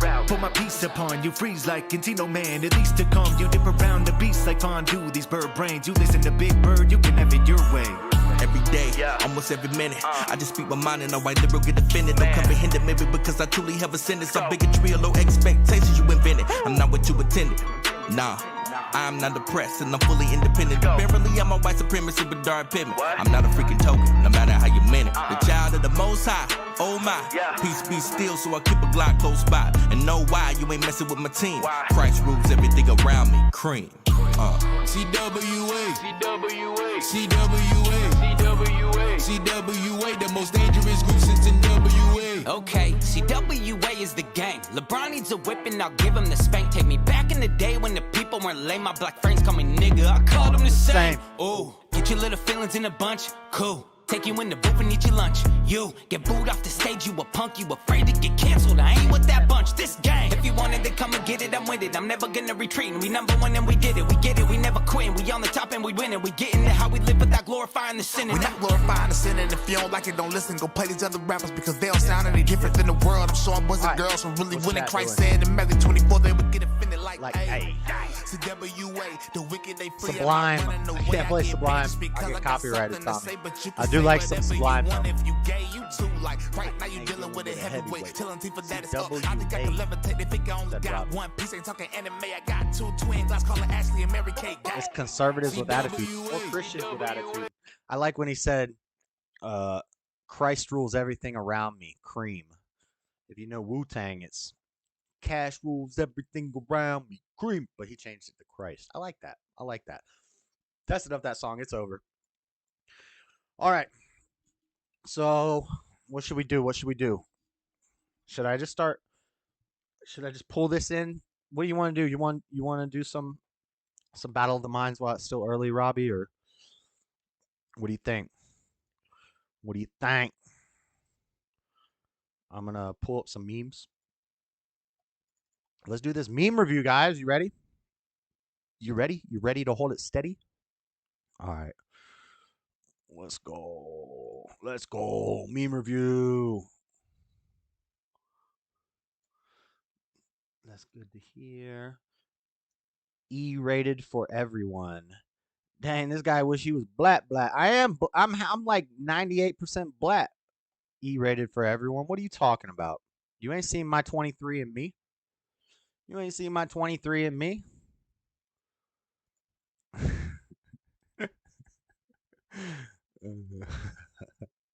I don't even know if I'm black. I might be.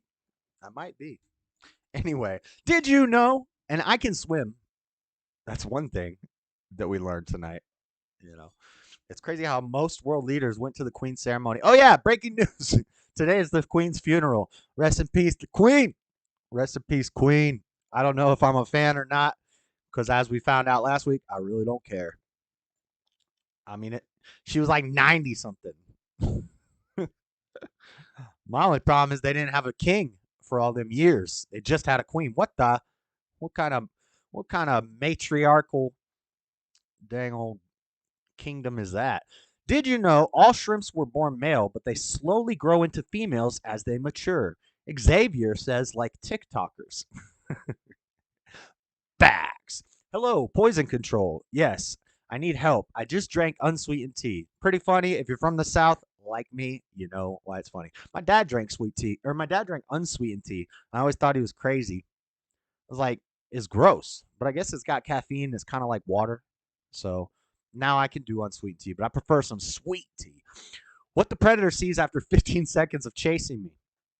A bunch of pain. A bunch of hot spots. Hey, forgiving parents, is that to forgive them for bringing you into a world of sin? What does that truly mean? Forgiving them for anything that they did wrong while raising you. No parent is perfect. So it basically means you can't resent them, Dean. You can't have any resentment for your parents. Next. What's next? Latino Business Day. So this is from our mayor. We got a rapid fire news story on her because if you didn't know, Hispanic Heritage Month is September 15th to October 15th. But apparently now September 14th is also Latino Business Day. So I don't know why they didn't just make the month a day longer and go from 14th, but they get a day, Latino Business Day, then they get a month, back to back. And, we still trying to get White History Month on the register. We still trying to get the mayor to post about Men's History Month or White History Month. One of these days, I'm going to get her to do it. I'm going to petition the government. I already tried once, and they got rid of my petition. Ridiculous. Remember painting these clouds as a kid? Yeah, me neither. I got some dang trails. Got some dang chemtrails, Bob. The Little Mermaid. In my life, I done seen some crazy things in the street, and I find out where the gang in the be. I can't remember the words to that song, but that's our guy, Terrence Howard. Michael B. Jordan as Eric. Idris Elba as Angry at First Dad. Cody. Wade Wilson. I don't know if some of those people are. In my life, I done seen Whoop that trick. It's death that is doing that, not the queen. The little. Why George guy? Why George? Dang. Oh Lord. They got George in there. I just want to read some books to your chickens. I get it.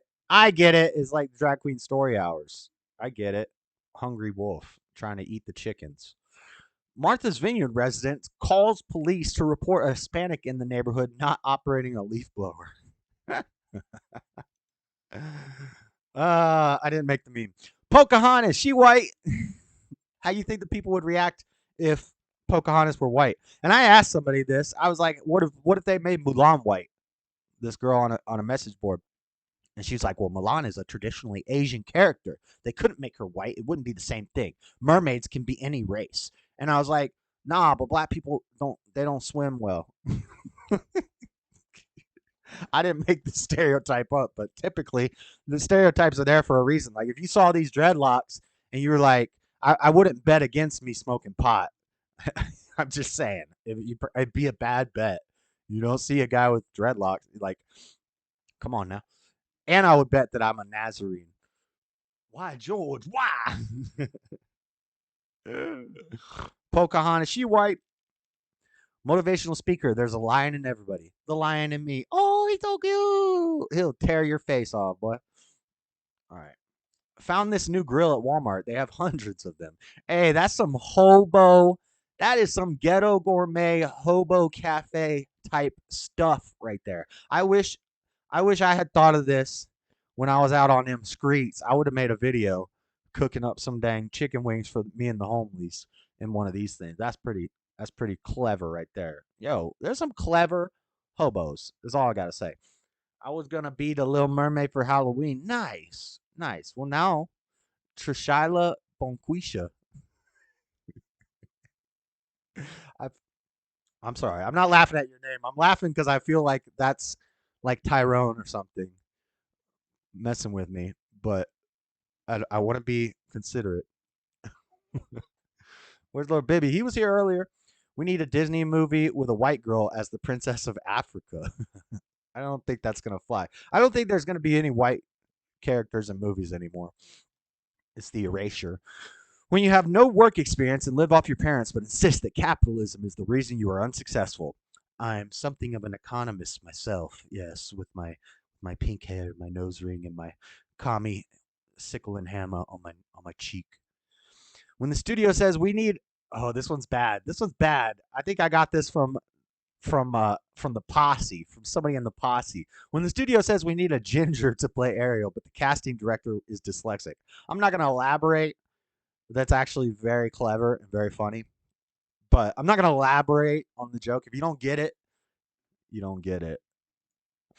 All I want to say, though, is her eyes look like dang Flounder. Remember Flounder? Flounders have both their eyes on one side.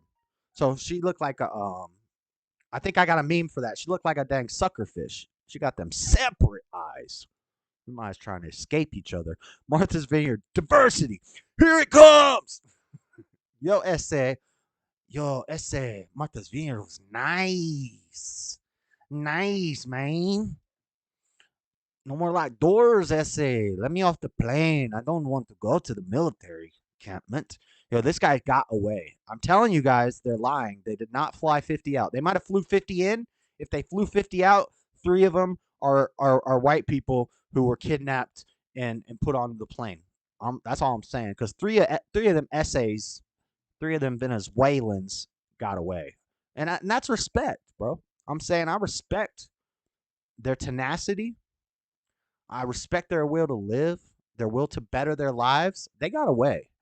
They're living in somebody's pantry in Martha's Vineyard. They're living in Mike and Obama's dang pantry. Look, Desantis, the boy, saying, bah, bah, with some Venezuelans on your little blue state. There you go. Be careful, fellas. Those Snapchat filters will get you every time. She bad. What? It's Rachel Levine. I don't use Snapchat, but I do get the whole filter thing because I've been seeing some people on Facebook and Instagram, and they'll have like their pictures, their face always looks like fake. Like there's a layer of something fake over it. And then you'll see a picture without a filter. You're like, damn. All right, next one. Martha's Vineyard right now. Oh, I hate these signs. I know I'm not supposed to hate people, and I don't, but I hate these signs. Whenever I see these signs in the front yard, I want to get violent with the sign. I just want to tear it to shreds. I don't do it. But these signs are so stupid. He creeps in the bush, no trespassing. It turns into a no trespassing sign. Nice. Homer got him. Do you think the new Ariel sends an important message to our kids? Loving this, not excited. I don't know why I took this as a meme, but I think it's just funny because her eyes look dang separate. Dave Matthews Band is your higher power, is your higher export narrowly beating out poached ivory? What? No more like doors. Anyway, no, I don't think it sends any message to the kids because the kids don't care. This is also a problem with this. Here's a problem I have. My problem is not that they made that it's a black Ariel. Like, I'm not mad because there's a black Ariel. What I'm mad about is things like this where they're pushing racism into kids' minds. They're training kids that, oh, you have to see the differences. She's just like you now. Before now, there was no equity and there was no diversity because there was no black little mermaid. And now you should feel good, little black child, because sweet child, you should feel better now because there's a black little mermaid. Like it's race. I don't even believe racism is a real thing, but they're making it a real thing and they're implanting this stuff into kids' head. None of these kids cared. None of them would have cared what color Ariel was. They're going to take whatever movie their parents take them to. Looks like Brittany Griner is adapting well into prison. Terra 101, the hottest under the sun. JS, I checked out JLP. Thank you. He's got some interesting conversations. Basically teach you how to own a conversation without being good. I don't think that's the message, Steve. The message is to seek God along with nothing else, first and foremost. But yeah, Brittany Griner, she's looking tough. She's coaching. Should be all right. Can you explain this gap in your resume? Yes, that is when I did not have a job. Clever. Disney proudly presents Bambi on Ice. The only problem is that African American meat? Because it ain't white meat. They ain't going to have no white Bambi. You're going to have a black Bambi. And this is the best one, guys. Lord Colin B sent me this. This is the one. This meme. Oh, shoot. Something just happened. This meme made me laugh out loud harder than I think I've ever laughed at a meme. Because, okay, it's funny off the rip. It's all black Lord of the Rings. We got the cop cars. I get it. But then when I see Loud Dim Rings. What's up, Jamie? Good evening. Loud Dim Rings. When I saw that, I was literally laughing out loud. Loud Dim Rings. Ooga Booga Return of We Was Kangs. Loud Dim Rings. Anyway, I think that's it. Now, the memes are over. I've got rapid fire news, and then I'm going to talk about my take on the whole Mark of the Beast, tied in with the FBI and the stuff that we were talking about earlier. 7:30. Robbie, where you at? Where Denzel? Loud Dim Rings. What we doing, Robbie? What we doing? Let me go check Discord, see if I've been getting anything going on. If you want to do it, Robbie, I don't see anybody active in the Discord. Discord's open. I'm looking at it, guys. So if you want to, what should we do, Robbie? You want to do Battle of the Minds? Try to bust it out real quick. Or somebody can just call and we can just chat for a bit. It's up to you guys. The Discord's open. Let me put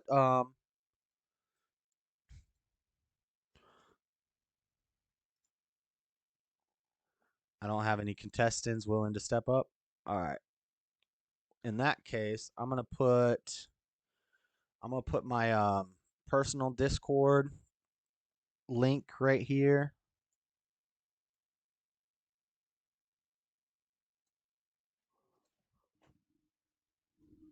And pin that. So that's my personal Discord. If you guys want to take that link, get Discord, make you a little account on Discord, then you highlight that link. And that was a good meme. I liked it too. And then you just add me as a friend on Discord, and then you can call me up. I'm gonna put this right here. I'm gonna open up a window for the rapid fire news. 20-7 Eagles. Nice. Is it over? Could I join? Yeah, if you get on Discord. So you just have a Discord account, but no Discord server. I do have a server also. If we do Battle of the Minds, then I just go into the chat room on the server. Would it be easier for me to just... I'm going to make an account now. Hold on, please. Have you considered making a Discord server itself? I have a Discord server. It's called the Dreaded Conservatives Hotline. Problem is, we got a lot of boomers in this chat that don't know how to work Discord. I'm sorry, guys. I'm sorry. Let me get this. Let me get this open. Open this incognito window for rapid fire news.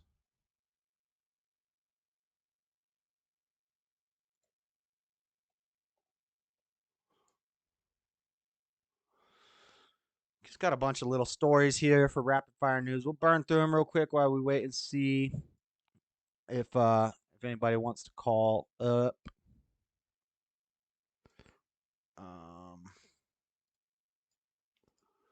Let's see. What do we got?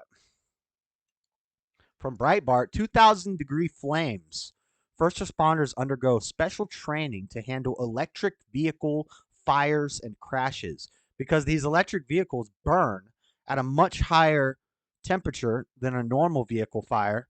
So now they have to retrain the first responders to handle special electric vehicle fires because these are like super fires. Now we got to have first responders saving us from super fires. We got super fires coming from this administration and their green energy. In California, where they don't do proper deforestation and they got homeless encampments all throughout the woods, one of these electric vehicle fires is sure to start a wildfire. Definitely going to start a wildfire with that. 2,000-degree flames, guys. It's ridiculous. Look at all these electric car fires just destroying, wreaking havoc. Oh, man. Watch Chick-fil-A workers. So we got a hero Chick-fil-A worker. I'm not going to watch it on here because it'll make me watch an ad. But I have a clip. Let's watch a clip of this Chick-fil-A worker.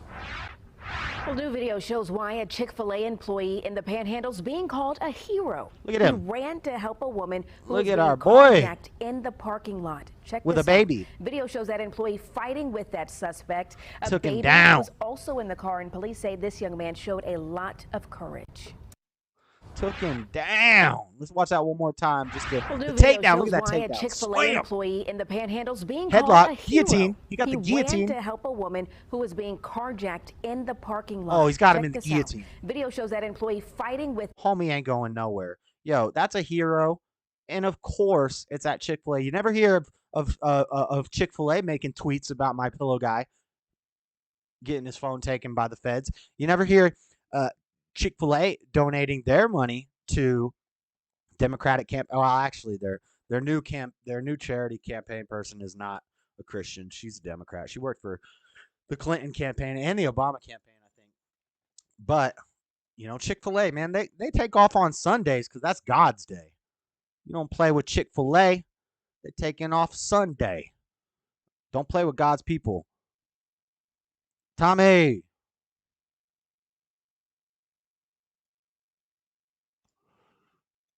Tommy. Hold on 1 second. I got Josh, you there?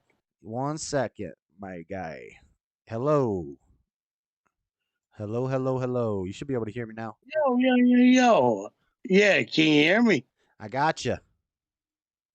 All right. I was watching you, but damn, phone shut off. How's your night going? It's going good.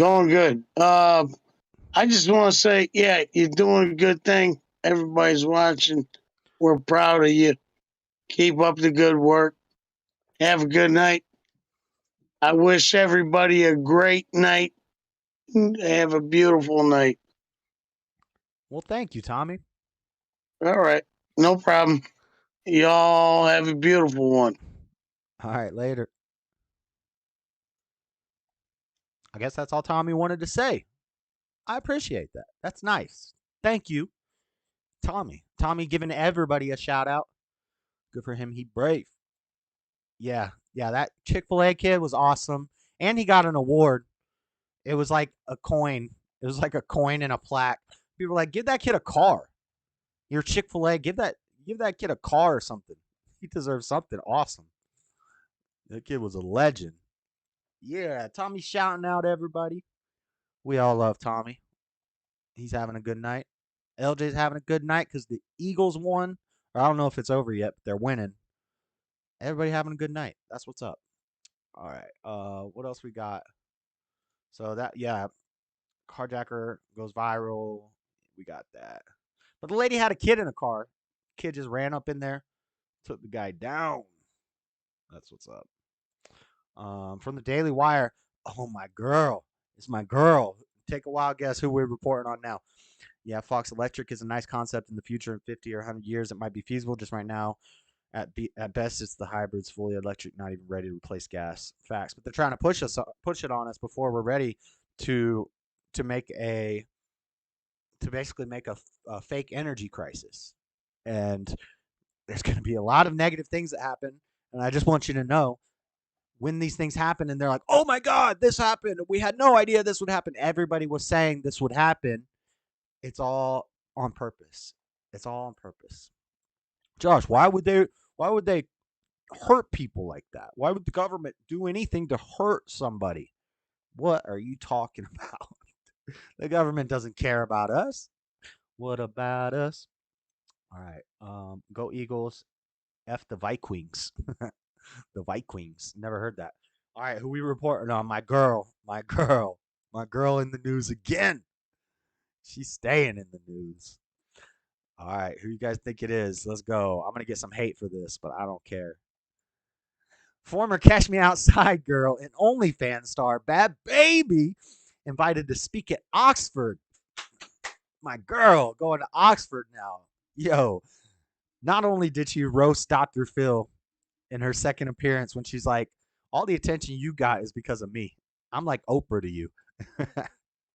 Yo, then she did OnlyFans. I don't support OnlyFans. I don't think guys should be giving their money to OnlyFans. But I respect on your 18th birthday that you can make like $1 million in one day off OnlyFans. You know, it's a degenerate world we live in. I got to have some guilty pleasures. And Bad Baby's one of them. I'm trying to bring the white out of this girl. I'm trying to take her out of the hell that she's in and open her to God's glory. You know? Former Cash Me Outside girl Bad Baby has reportedly been invited to speak at the University of Oxford, following in the footsteps of such people as Elton John, Albert Einstein. Yo, she's in the same boat as dang Elton and Einstein. What? Danielle Bergoli has reportedly been asked to speak to students in the debating society known as the Oxford Union. What is she going to talk to them about, though? She's not smart. I would never say that, but that's okay. You know, she's not educated. That's my wheelhouse, you know. She's a little headstrong. She's reportedly expected to speak sometime in November with the promise that her address will be shown on YouTube. According to TMZ, former presidents Ronald Reagan, Richard Nixon, Jimmy Carter, and Bill Clinton have spoken to the group, not to mention Queen Elizabeth, Dalai Lama, Mother Teresa, Malcolm X, and Bad Baby. Add Bad Baby to the list. That's my girl. Okay.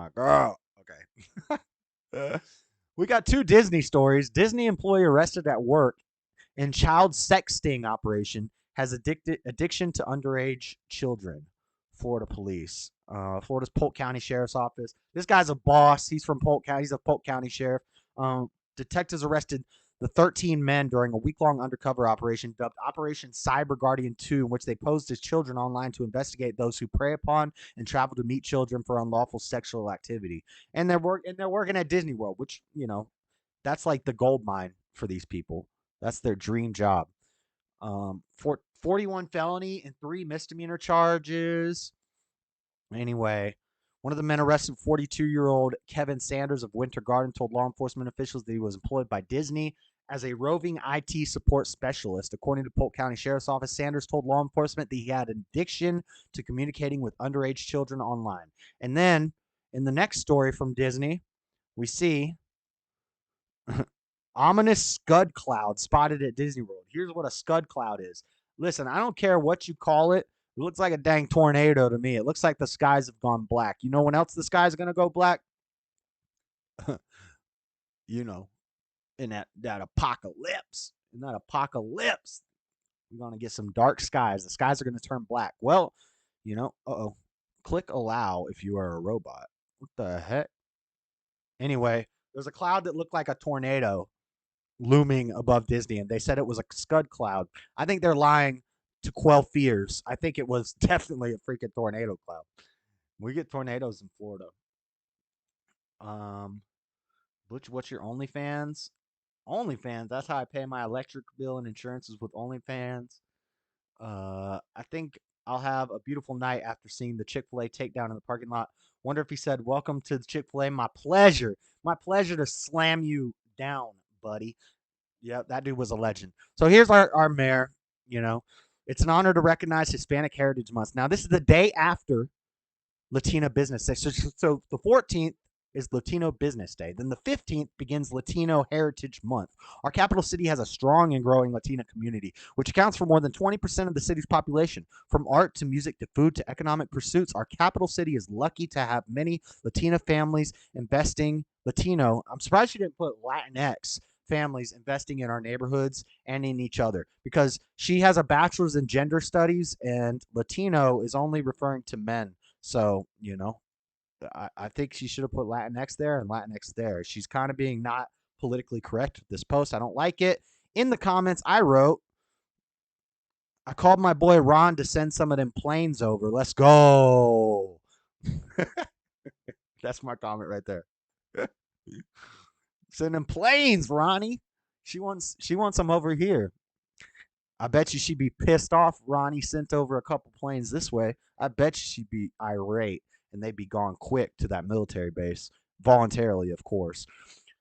From Fox 13 Tampa Bay, we got Ohio mother charged after 2 infants die of co-sleeping in a year. This is a really sad story, you know, after the Chick-fil-A. I should have saved the Chick-fil-A story and the happy stories for the end. This is a sad story, but she was charged after 2 infants died of co-sleeping within a year. So, and I was like, co-sleeping, I wasn't sure what that was. I kind of guessed what it was. It's pretty obvious. But an Ohio woman is facing multiple charges after authorities said 2 of her babies died separately of co-sleeping within nearly 1 year of each other. Yeah, that's an accident that you don't let happen twice. Brooke Hunter has been indicted for involuntary manslaughter and child endangering. Not immediately known if she was in custody. The prosecutor's office said Hunter's 6-week-old baby was killed as a result of co-sleeping on June 22nd. Almost exactly 1 year prior, Hunter had another 6-week-old child who was also killed as a result of co-sleeping. Co-sleeping is when an infant or child sleeps close to one or both parents, either in the same bed or the same surface. At the time of the first incident, Hunter was advised of dangers of co-sleeping. Yeah, I'm sure she was. Her child died. I'm sure they notified her, hey, you know, this happened because of the sleeping arrangement. And then she had another kid and did the exact same thing, and the kid died. I don't know. Is she just dumb? Is she just dumb? She didn't learn the first time, or is it more nefarious than that? And she actually you know, did this to her children. It's horrible. About 3,500 babies die each year in the U.S. from sleep-related deaths. Co-sleeping is among the cause. So That's just crazy. So I'm glad she got charged. That's not an accident you let happen twice, lady. Sorry about it. All right. Oklahoma inmate who sued over alleged baby shark torture found dead in a cell. So the guards forced these inmates to listen to Baby Shark, and he reported it, alleging that in 2019, he and other inmates were tortured by jail employees who forced them to repeatedly listen to the children's song Baby Shark for hours. That's horrible. Johnny Brasco was found unresponsive in the cell early Sunday morning. So he snitched on the guards for doing this inhumane torture of Baby Shark. And I think they got you, boy. I think they Epsteined your boy. Well, Epstein's, we think he's doing all right on an island somewhere, but they got you, boy. He tried to report the Baby Shark torture. They're like, we ain't having it, bro. Get out of here. I'm sorry, guys. I haven't been watching Discord. Did I miss any calls? I think Tommy called me again. He's like, I didn't say everything I wanted to say. Wait. Anybody else calling? All right. Yeah, so he did. He reported the cops. The cops got him. Interesting. Daily Wire, fire engulfs a 42-story telecom skyscraper. This is in China, I believe. Yes, in China. Check this out. Just after the 21-year anniversary of September 11th, a huge building in China is engulfed in fire. Oh. And it just proceeds to burn. The entire thing is on fire. And it just burns and burns and burns and burns for hours until it just goes out. But you know what's crazy? It didn't fall down. It didn't fall down. It's still standing. It was engulfed like that in fire for hours. Hundreds of people could be burned alive. Whoa. To prevent serious danger, some of the equipment has been switched off. Anyway, 42-story skyscraper, home to nearly 10 million people? They put 10 million people in that one building? Wow. Well, there's your population reduction right there. That's all you got to do. They got it handled over there in China. All right, last but not least, I got a funny thing. This probably should have been a meme review. I can't play the whole thing because I might get copyrighted. This is hilarious. Oh, it's going to make me log in to look at it. Hold up. Let me pull it up. Let me pull it up in a new window. This is pretty funny. Go Facebook. There we go. Bookmarks. Rapid fire.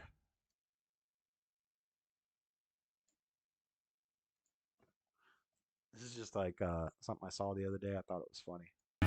Time to create, blow up like my show days.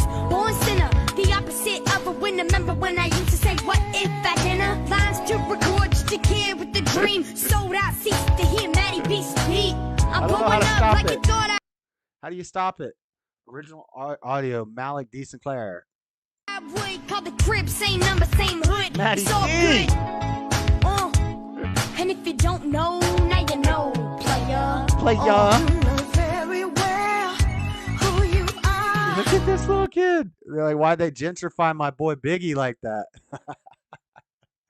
Yo, we got Black Little Mermaid, but hey, we got white Maddie D doing Biggie. So that's equity right there. That's equality, inversity, and declusion.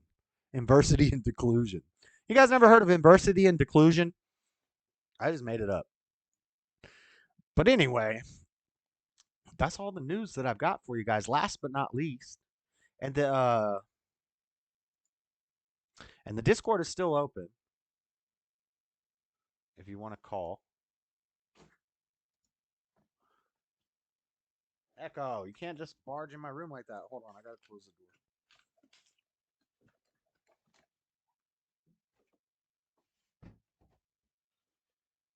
In or out, buddy? It's in or out. So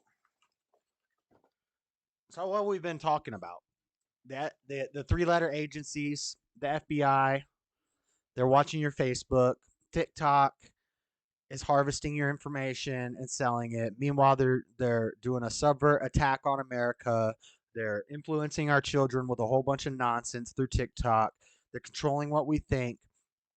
Meanwhile, we've got surveillance. We've got cameras everywhere. Have you guys ever seen the movie Enemy of the State? So, what does this have to do with the mark of the beast? I'm just gonna bust into our last segment. I guess Robbie couldn't pull the game together tonight. That's fine.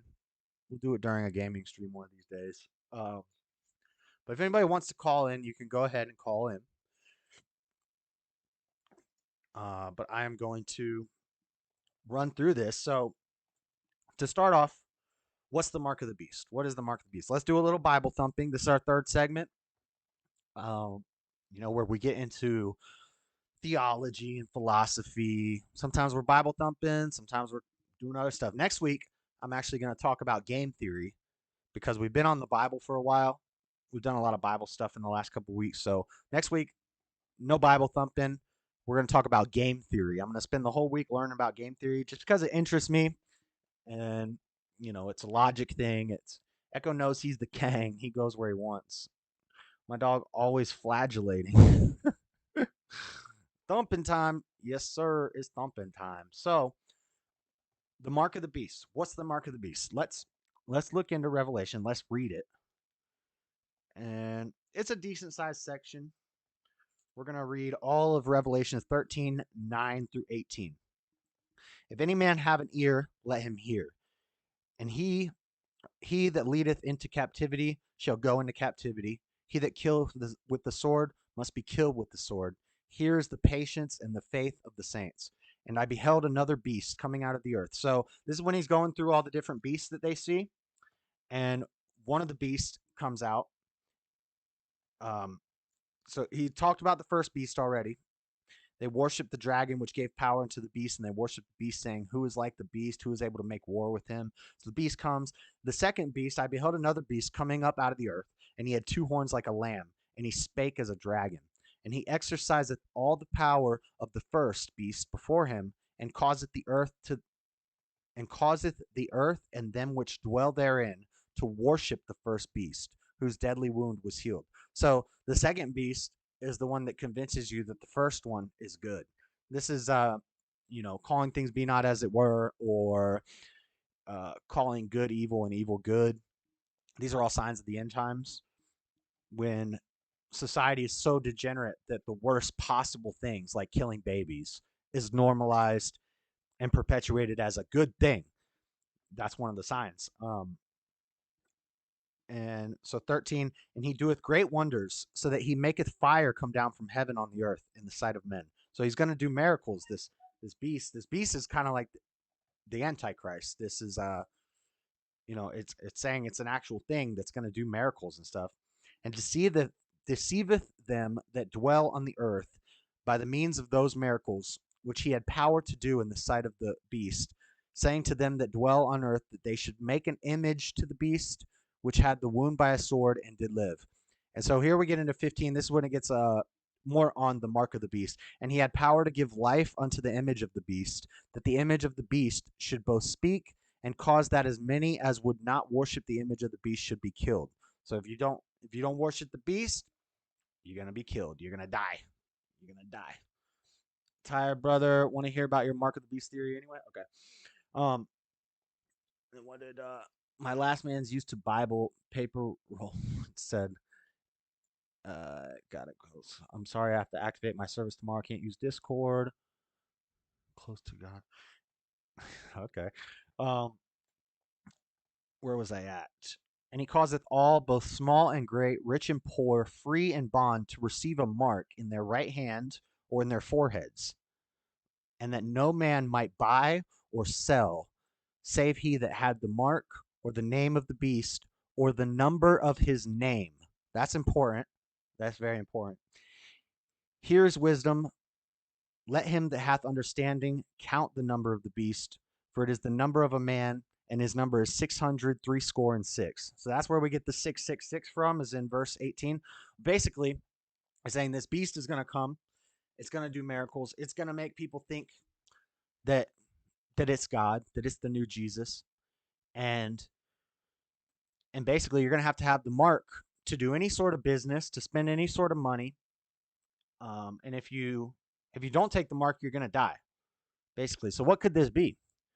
Well, I think, and a problem, well, it's not really a problem I have, but I just don't think people should like fearmonger with Revelation. I think a lot of people misinterpret Revelation. It's the most convoluted book in the Bible.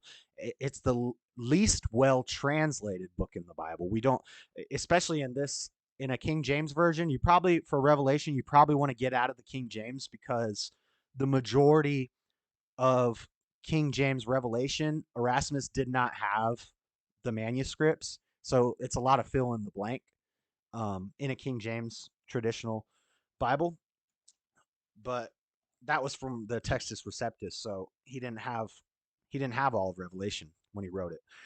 But anyway, so I tell people, we can't be fear mongering. It says in Revelation, no man knows the date. We're not supposed to guess at the date. And also another thing that I've always said about Revelation is all the signs of the end of times.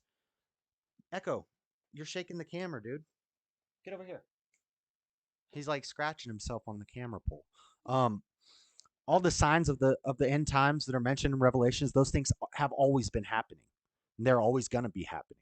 And I believe the mark. So one of the ideas I had, what do I have wrote down? I have wrote down fingerprints and eyes. So I believe the mark of the beast is when the government knows your name before you know your name.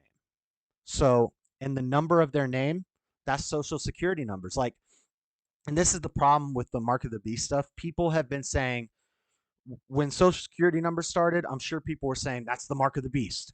And they might have been right. When just credit with a credit card started, people said that's the mark of the beast.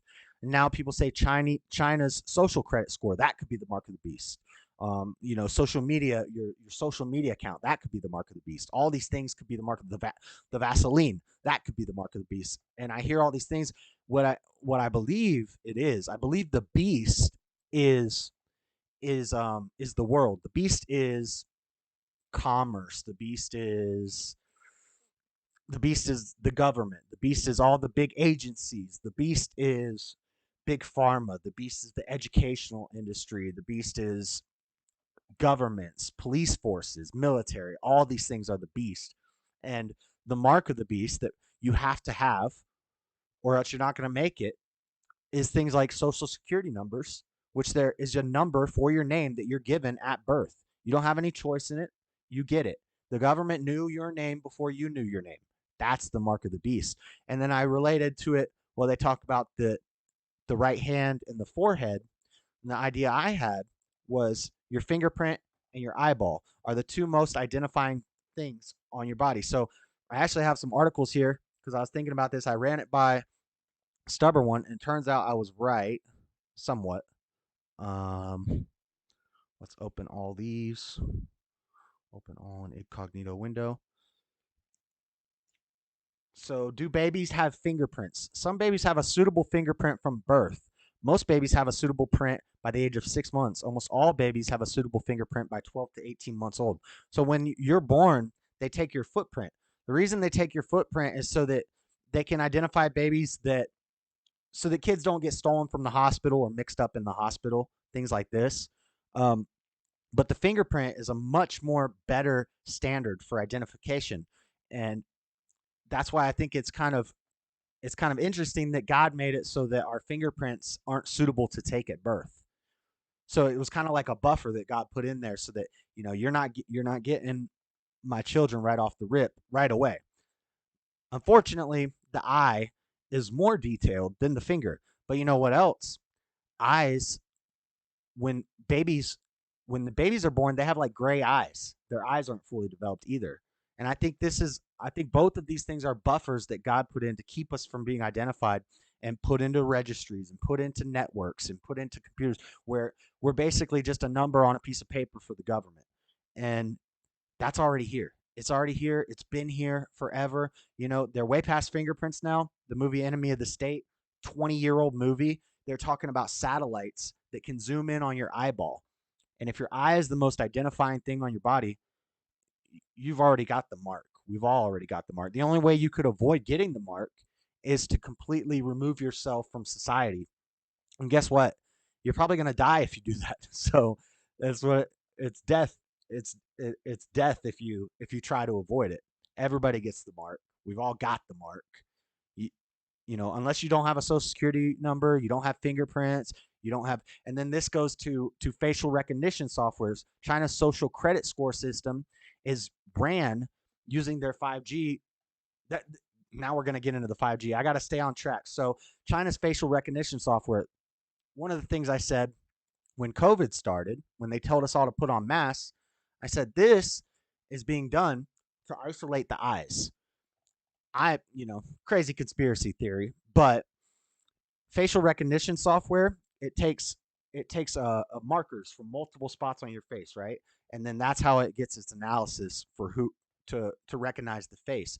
But the eyes are the most descriptive thing on the face, right? But how are you going to reduce the number of contact points for the facial recognition software? You put a mask on. Now you have the eyes isolated. It's much easier for the software. It's less data for the software to take in because they have the eyes right there. Boom. And that was just my theory. Minority Report. Yep. When you walk into a store, they already know your name. They already know. And this is all already here. That's my point. The mark is already here. The mark's been here. It's not something to dread. It's just something that they have to see. And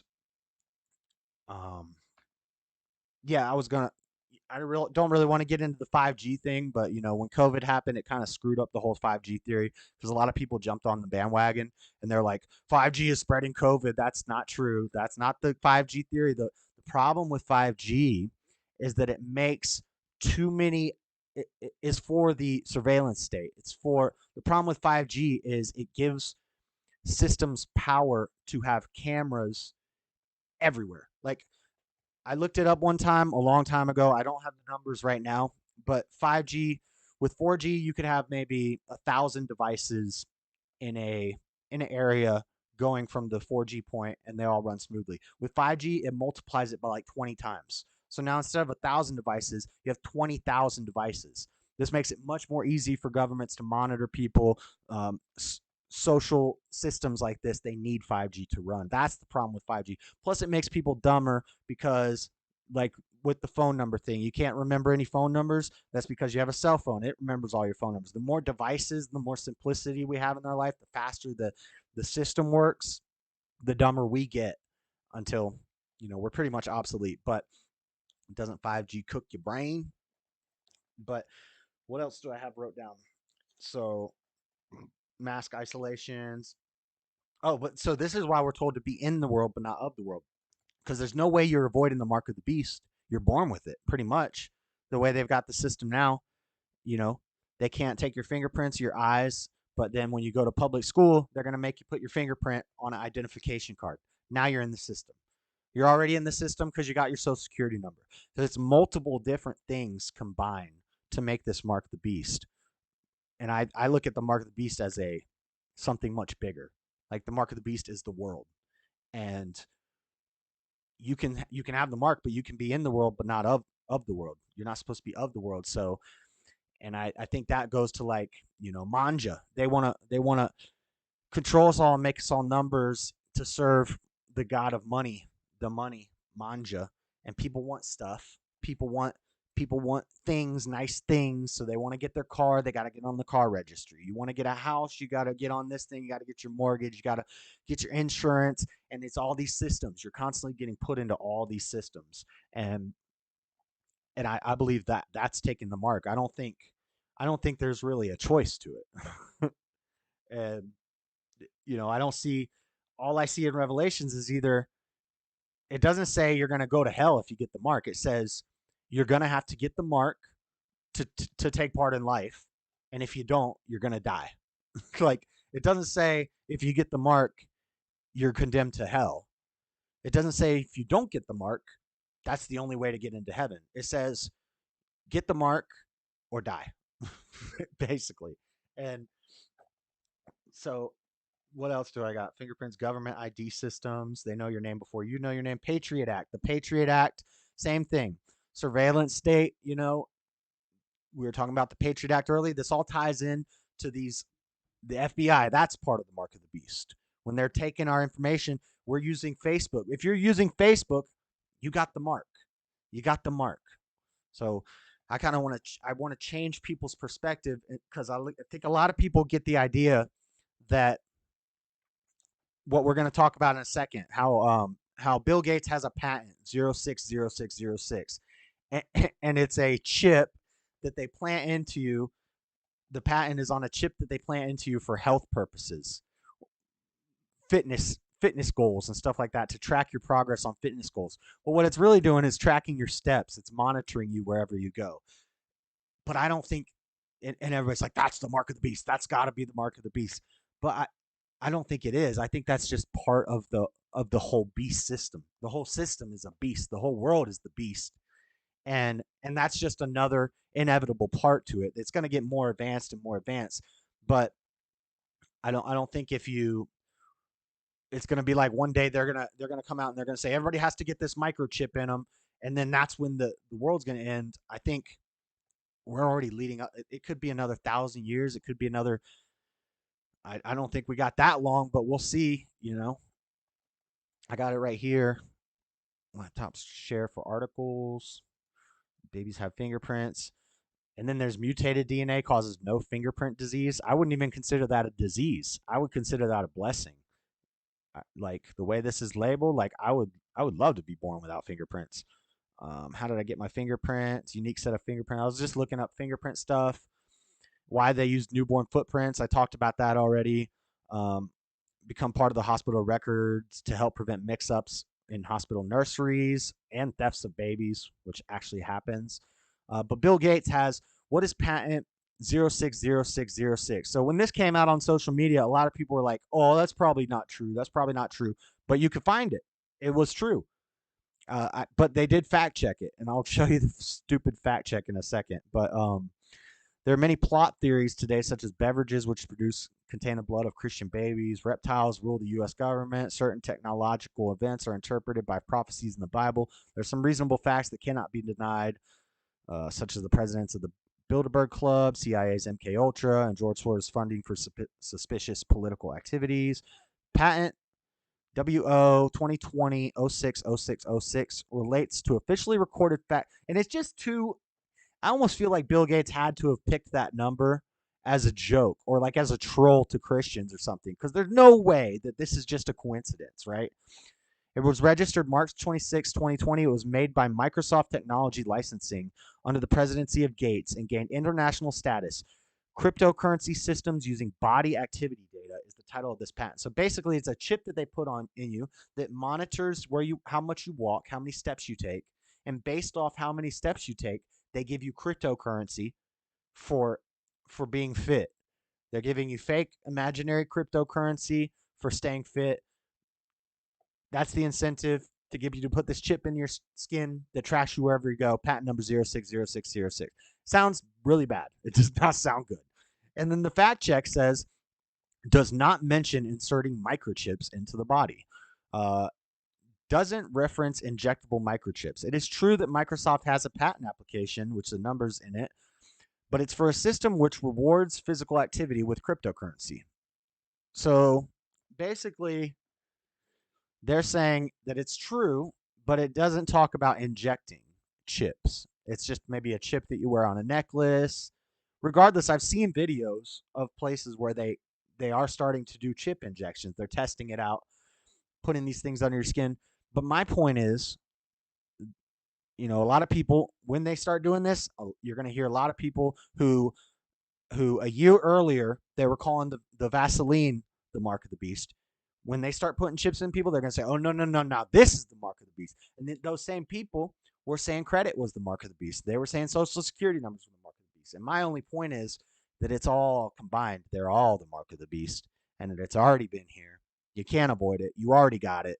If you're watching this right now, you got it, because you wouldn't have the internet. You wouldn't have a phone. You wouldn't have any of these things if you didn't want the mark. You'd have to go live in the woods, totally off grid, no electricity, from the time that you're a baby, and it's going to be impossible. There's no way to do that unless your parents raised you that way, like Mowgli, you dang Jungle Book in it. But so he does have the patent, but apparently they don't inject it into you. But it is 060606, and it does track your location, and it does reward you with currency. Some manja, manja, manja. You know that, and that if the mark is actually like a tattoo that you get on your hand that says 666 and it's coming, and when it happens, that means it's the last step before the end times. If that's the case, that's what the mark is, they're going to encourage us to get it. But they're not going to force us to get it. They're going to make us want it. It's the same thing they did with the Vaseline. They didn't have to do Vaseline mandates.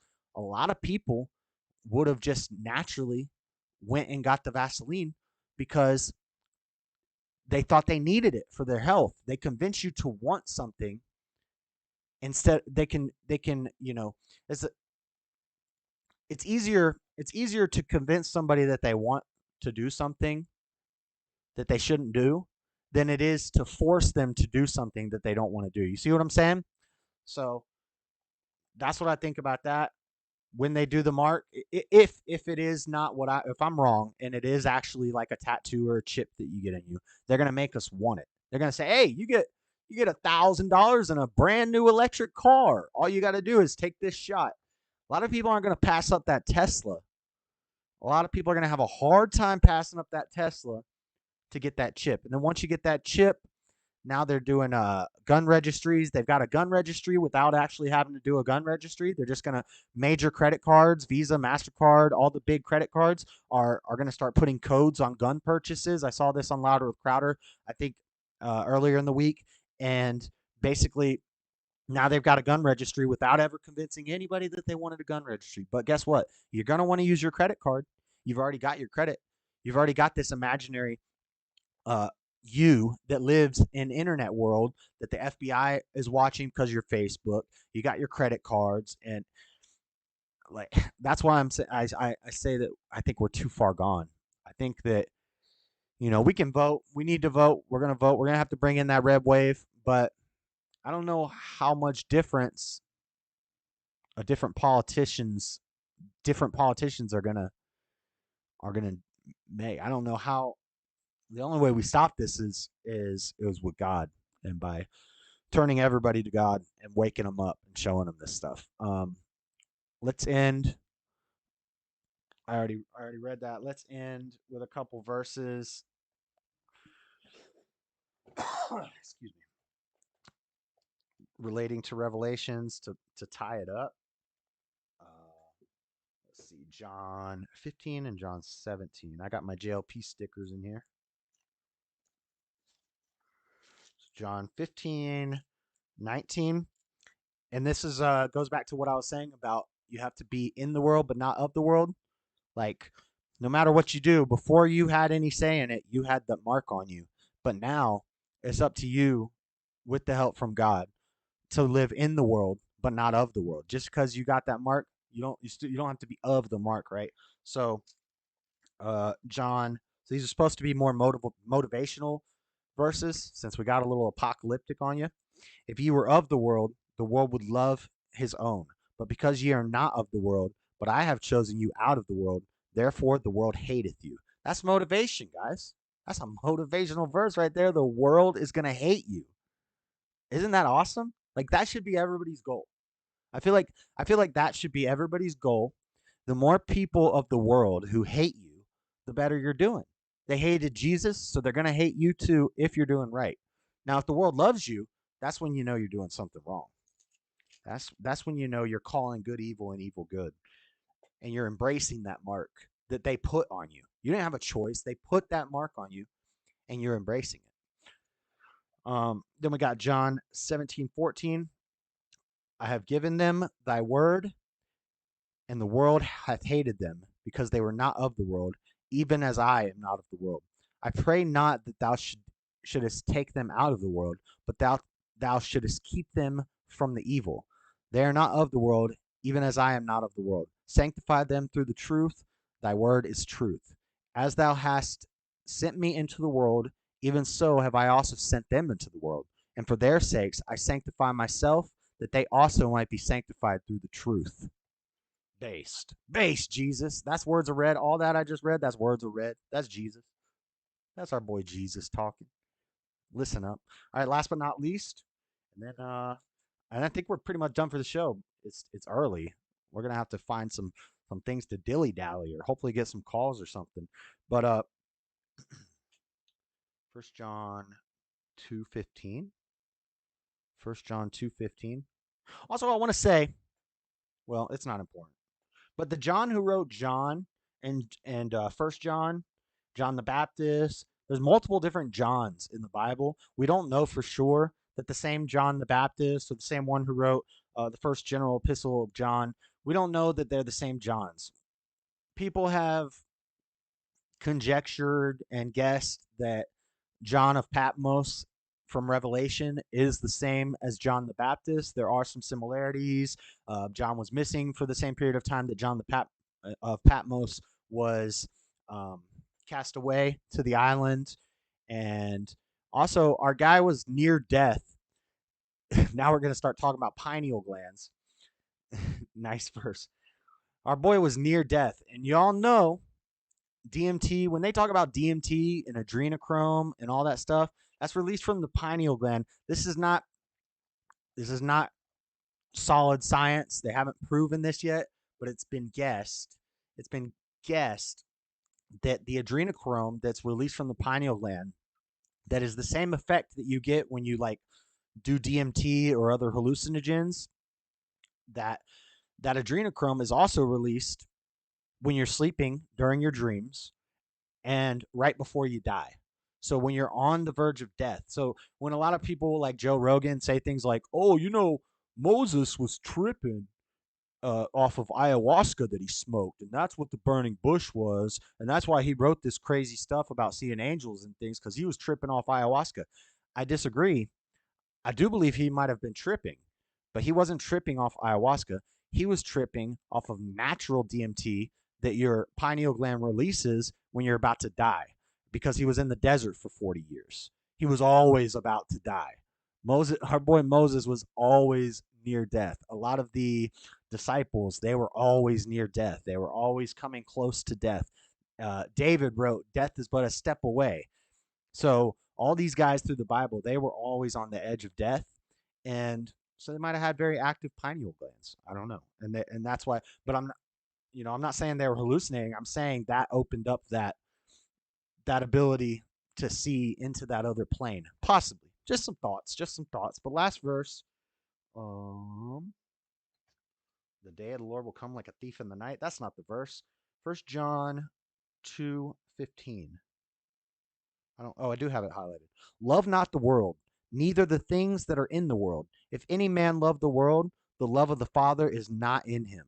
You can't love the world. You can't be in the world. Or you're supposed to be in the world, but not of the world. Don't love the world. The world's not supposed to love you. You're not supposed to love the world. And the mark of the beast, it already got put on you. But the true mark of the beast is loving the world. It's your love of the world. Because you can have the mark put on you, but still be in the world, but not of the world. But as soon as you love that mark, and you start to worship the manja, and you start to, embrace the system, and just be another NPC, mindless zombie walking around, believing everything you're told on CNN, and you love the world, that's when God doesn't love you so much. Or he still loves you, but he might turn his back on you because he ain't putting up with it. He don't have time for that. So that's it. That's all I got. I read all my verses. I read about the mark of the beast. Tommy called in. Jesus is king. Yes, sir, Laura Spike Protein. Pretty good show, but I wrapped that up quick. I thought I had a whole lot of news. I kind of burnt through it. Let's see if anybody else is called. You guys can call, or I can go into the just chatting room on Discord. I think I got some funny things to play.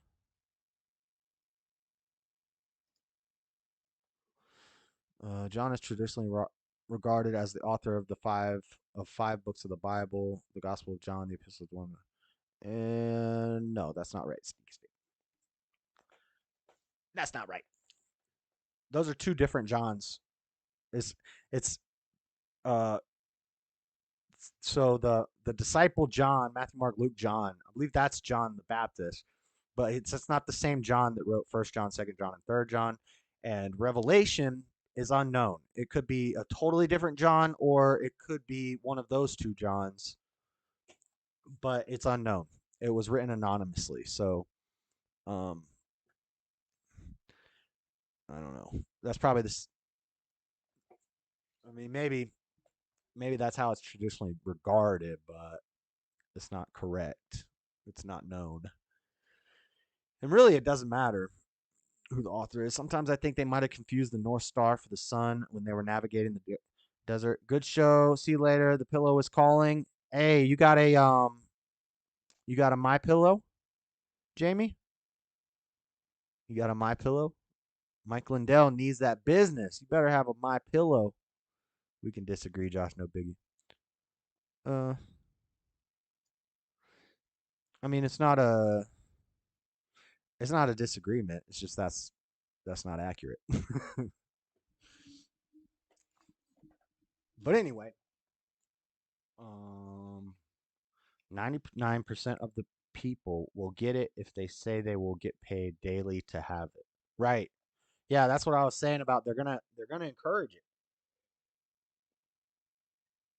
Assuming I'm wrong about it already being here. But what do I got? What do I got? Do I got anything cool? I did all the news. We got anything interesting to play? I do got a funny video. Did you guys ever see the guy from Bum Fights went on Dr. Phil? Speaking of Dr. Phil earlier, because we were talking about my girl, Danielle Bergoli, Dr. Phil kicks the creator of Bum Fights off his show. This is so awesome. All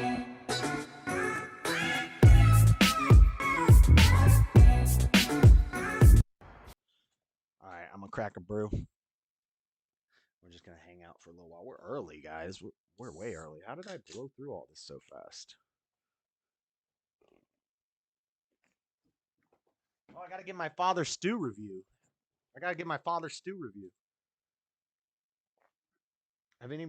Oh, and I got the valuetainment thing. Okay, so I got two other things to talk about, I guess. Just take up more time because we're early. It's only 8:30. We usually go till 10.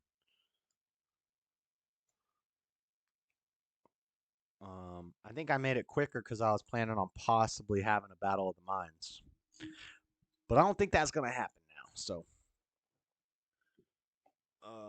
would I agree with what Biden said is you can't run people of business or politics?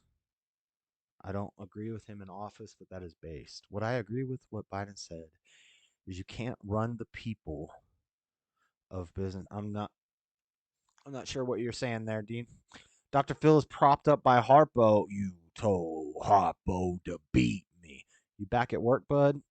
Yeah. I didn't like ever quit work or anything. It was just a slow 2 weeks because my boss was sick. But yeah, work today. Bum Fight's classier than TikTok mess. Facts. Right here, baby. That's facts. So let's see. What should I do first? Let's do the valuetainment thing. I got my first taste of Andrew Tate. Pause. That sound no homo on that. That sounded bad. But I reported on the banning of the Andrew Tate guy, and I said I don't know what he's about. I've never listened to him, but I assumed he's one of the alpha male red pill community, the manosphere, and I think I was right about that. But I watched pretty much the whole 4-hour interview. It was captivating. 4-hour interview from Patrick Bet-David from Valuetainment. He does a great podcast and interview show on YouTube, and he had Andrew Tate on. And I was like, okay, well, I'm going to watch this interview.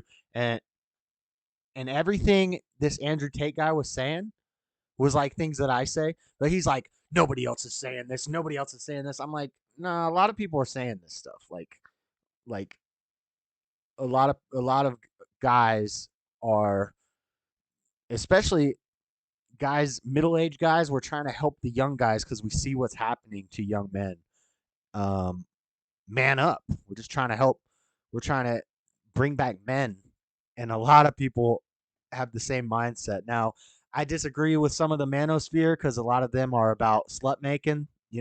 It's basically they think that your quality as a man is based off how many women you have sex with. I don't agree with that. I don't think an alpha male has anything to do with how much money you make, how much you bench press, how many women you have sex with. I believe an alpha male is a perfect son of God. The alpha and the omega. When I talk about alpha, I'm not talking about animals. I'm not talking about science. I'm talking about biblical. The first time we heard the alpha and the omega is God and Jesus. So Lord have mercy. But so I listened to some Andrew Tate, and when I reported on it, I said that he was banned. He was banned everywhere. They pushed the button. He says he calls them the Matrix. He said they pushed the button, the controllers of the Matrix, and they just shut him down instantly. And that's what we've been talking about. They can easily do that. And he said it's deeper than people think, because people think it's just a Facebook ban or Instagram ban. No. It's everything that you do on your phone, gone. So if you do Google Pay, gone. PayPal, Venmo, Cashapp. By the way, we are funded by viewers like you, so hit up your boys' Cashapp. Dreadedconservative, $, Dreadedconservative. Hit it up. We are funded by viewers like you. I haven't even plugged myself. Make sure you guys hit like.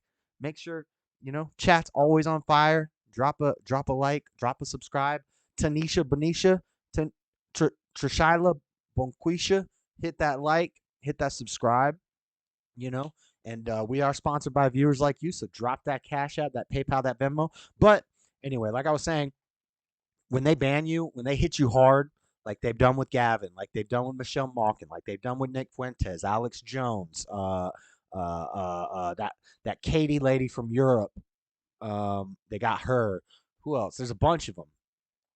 When they do it, Tate, when they shut you down, it's everything. You can't use payment processors. You can't watch YouTube. You can't go on Twitter, Instagram, none of that. And now they've got it figured out so well that even if you make another account, they know that's you. Like, you can make as many accounts as you want. They know that they're all connected. They know it's the same person, unless you're very careful about how you do it. You're going to have to be paying for a VPN. You're going to have to change your VPN every time you log in. And it's difficult. But you can, Cash App takes 1 month. Boo. Nah, Cash App's instant. At least it's instant for the receiver. I don't know how it is with the sender. What's going on? What's happening? Can you guys hear me? Everything sound all right? Why did Tyrone say what's going on? But anyway, so I got a Tate clip. As he was talking, he was saying a lot of things that I say. And I was like, oh, people probably think I listen to this guy and that I get my ideas from him, because he's like, nobody says this stuff. But it's true. I never had listened to anything. I didn't even know who Andrew Tate was until like 2 weeks ago when he got banned. Apparently, he's the most searched man in the world.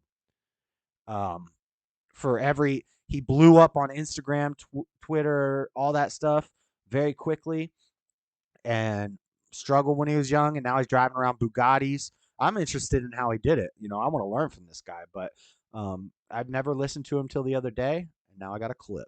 So let's play this clip from Valuetainment. The other point I made earlier, I don't want to talk too much, but we talk about weak men. This is what's scariest about this entire agenda they're trying to purport, because their ideas, like the feminist idea and like the mainstream idea and like Logan Paul's ideas, all their ideals is if we weaken men. In this interview, they go through a list of everything he's ever said that really pissed people off. And like, one of them is women can't drive. Does that really piss people off when guys say that? Like, that's something that men have always joked about forever. And then they talk about, studies say that women get in more accidents, but men get in more fatal accidents. But then also, women drive much less than men. At least in the old days, men driving hours, miles driven compared to miles that women drive, the men drive way more, which, that would also lend to why they get in accidents. But nowadays, I think maybe women drive more. I don't know if Tyrone, I know a couple in jail. Dr.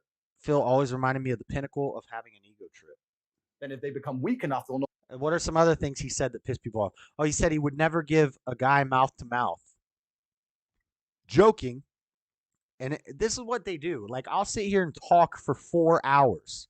Sometimes I'll stream and just talk for 6-8 hours. And I just talk and talk and talk. And I say a lot of dumb stuff.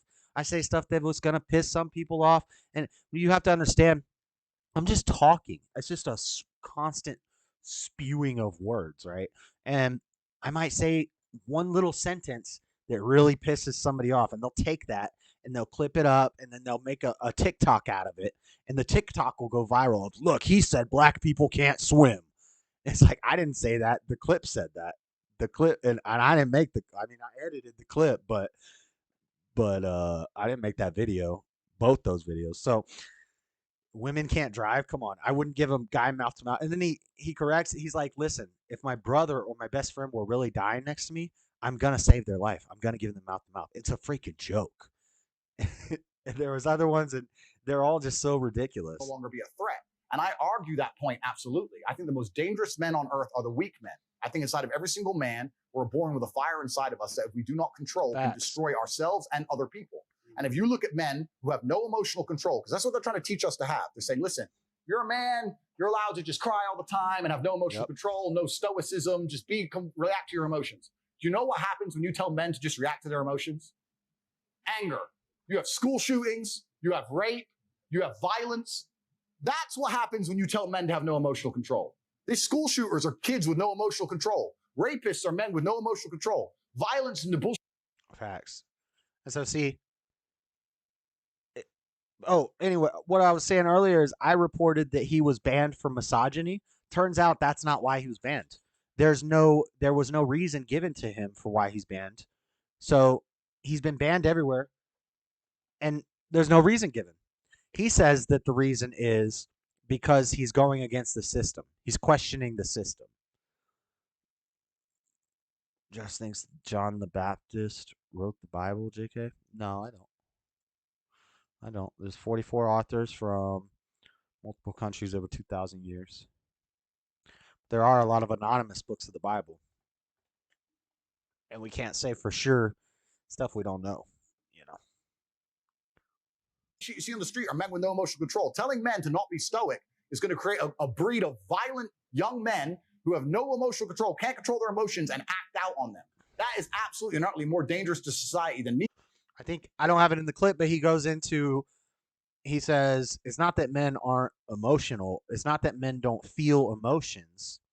He says, I would argue that men feel emotions more than women feel emotions. The difference is, as men, it's our responsibility to be stoic and to be able to control our emotions. We're not supposed to act like women. We're not supposed to freak out about nothing. We're not supposed to cry over every little thing. We're not supposed to, because when we, in anger, we're not supposed to get angry. We're supposed to be able to control that, because as a man, when we see red and we go beast mode, we break shit. So we as men, it's our responsibility to control that and to be stoic and to not show emotions at every little drop of the hat. That's a feminine quality. But if you say that in this modern day and age, you're misogynist, because they're trying to destroy men. The culture and the society and the beast are trying to destroy the men, because if you want to take over somewhere, you have to destroy the men first. You have to take the men out. And they're doing it without firing a shot, without any violence.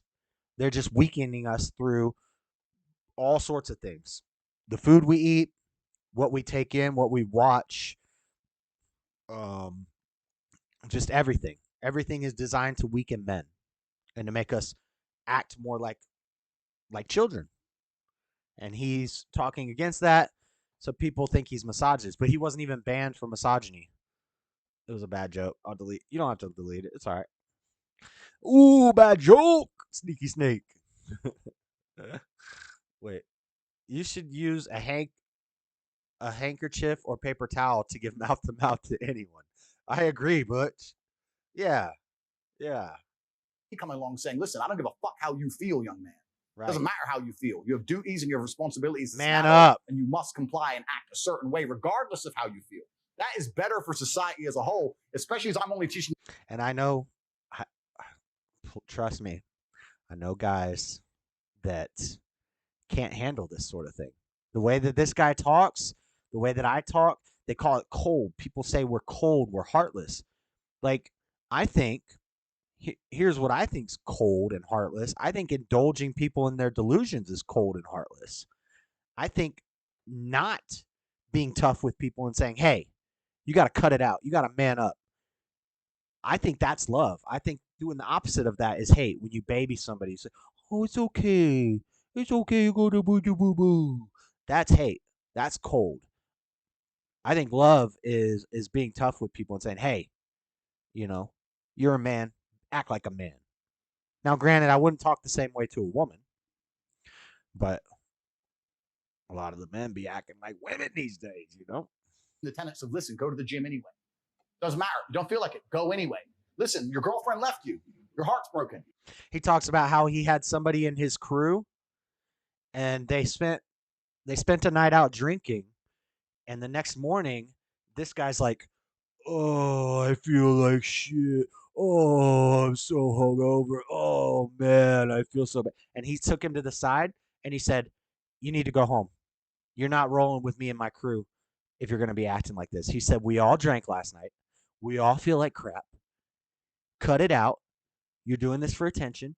Nobody cares. We all feel like crap. Nobody's going to baby you. You need to go home. You're not riding with my crew anymore. And the guy, unless you tighten up. And the guy tightened up because he wanted to ride with him because, you know, this guy's rich. But he said, I don't want weakness anywhere near me. I don't want it around me. I don't want it in my area because it soils the air. It tints the air. The negativity and the weakness, it destroys everything around it. And so he told the guy, tighten up or go home. And the guy was like, oh, you're right. It's like, we are hungover. You don't need to be, you know, oh man. The crap that people do. It's for attention. You're not allowed to stalk her. She doesn't want you. Get the fuck over it.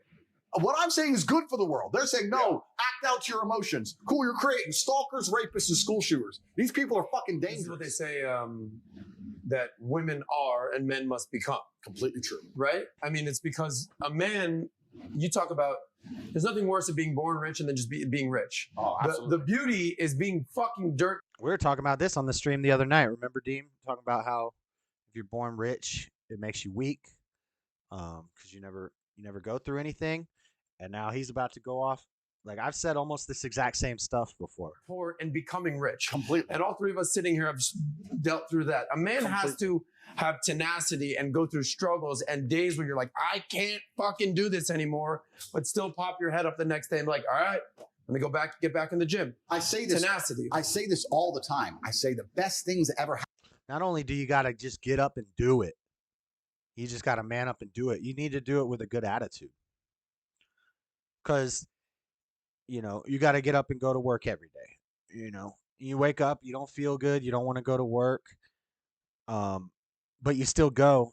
But you can't be going to work like, you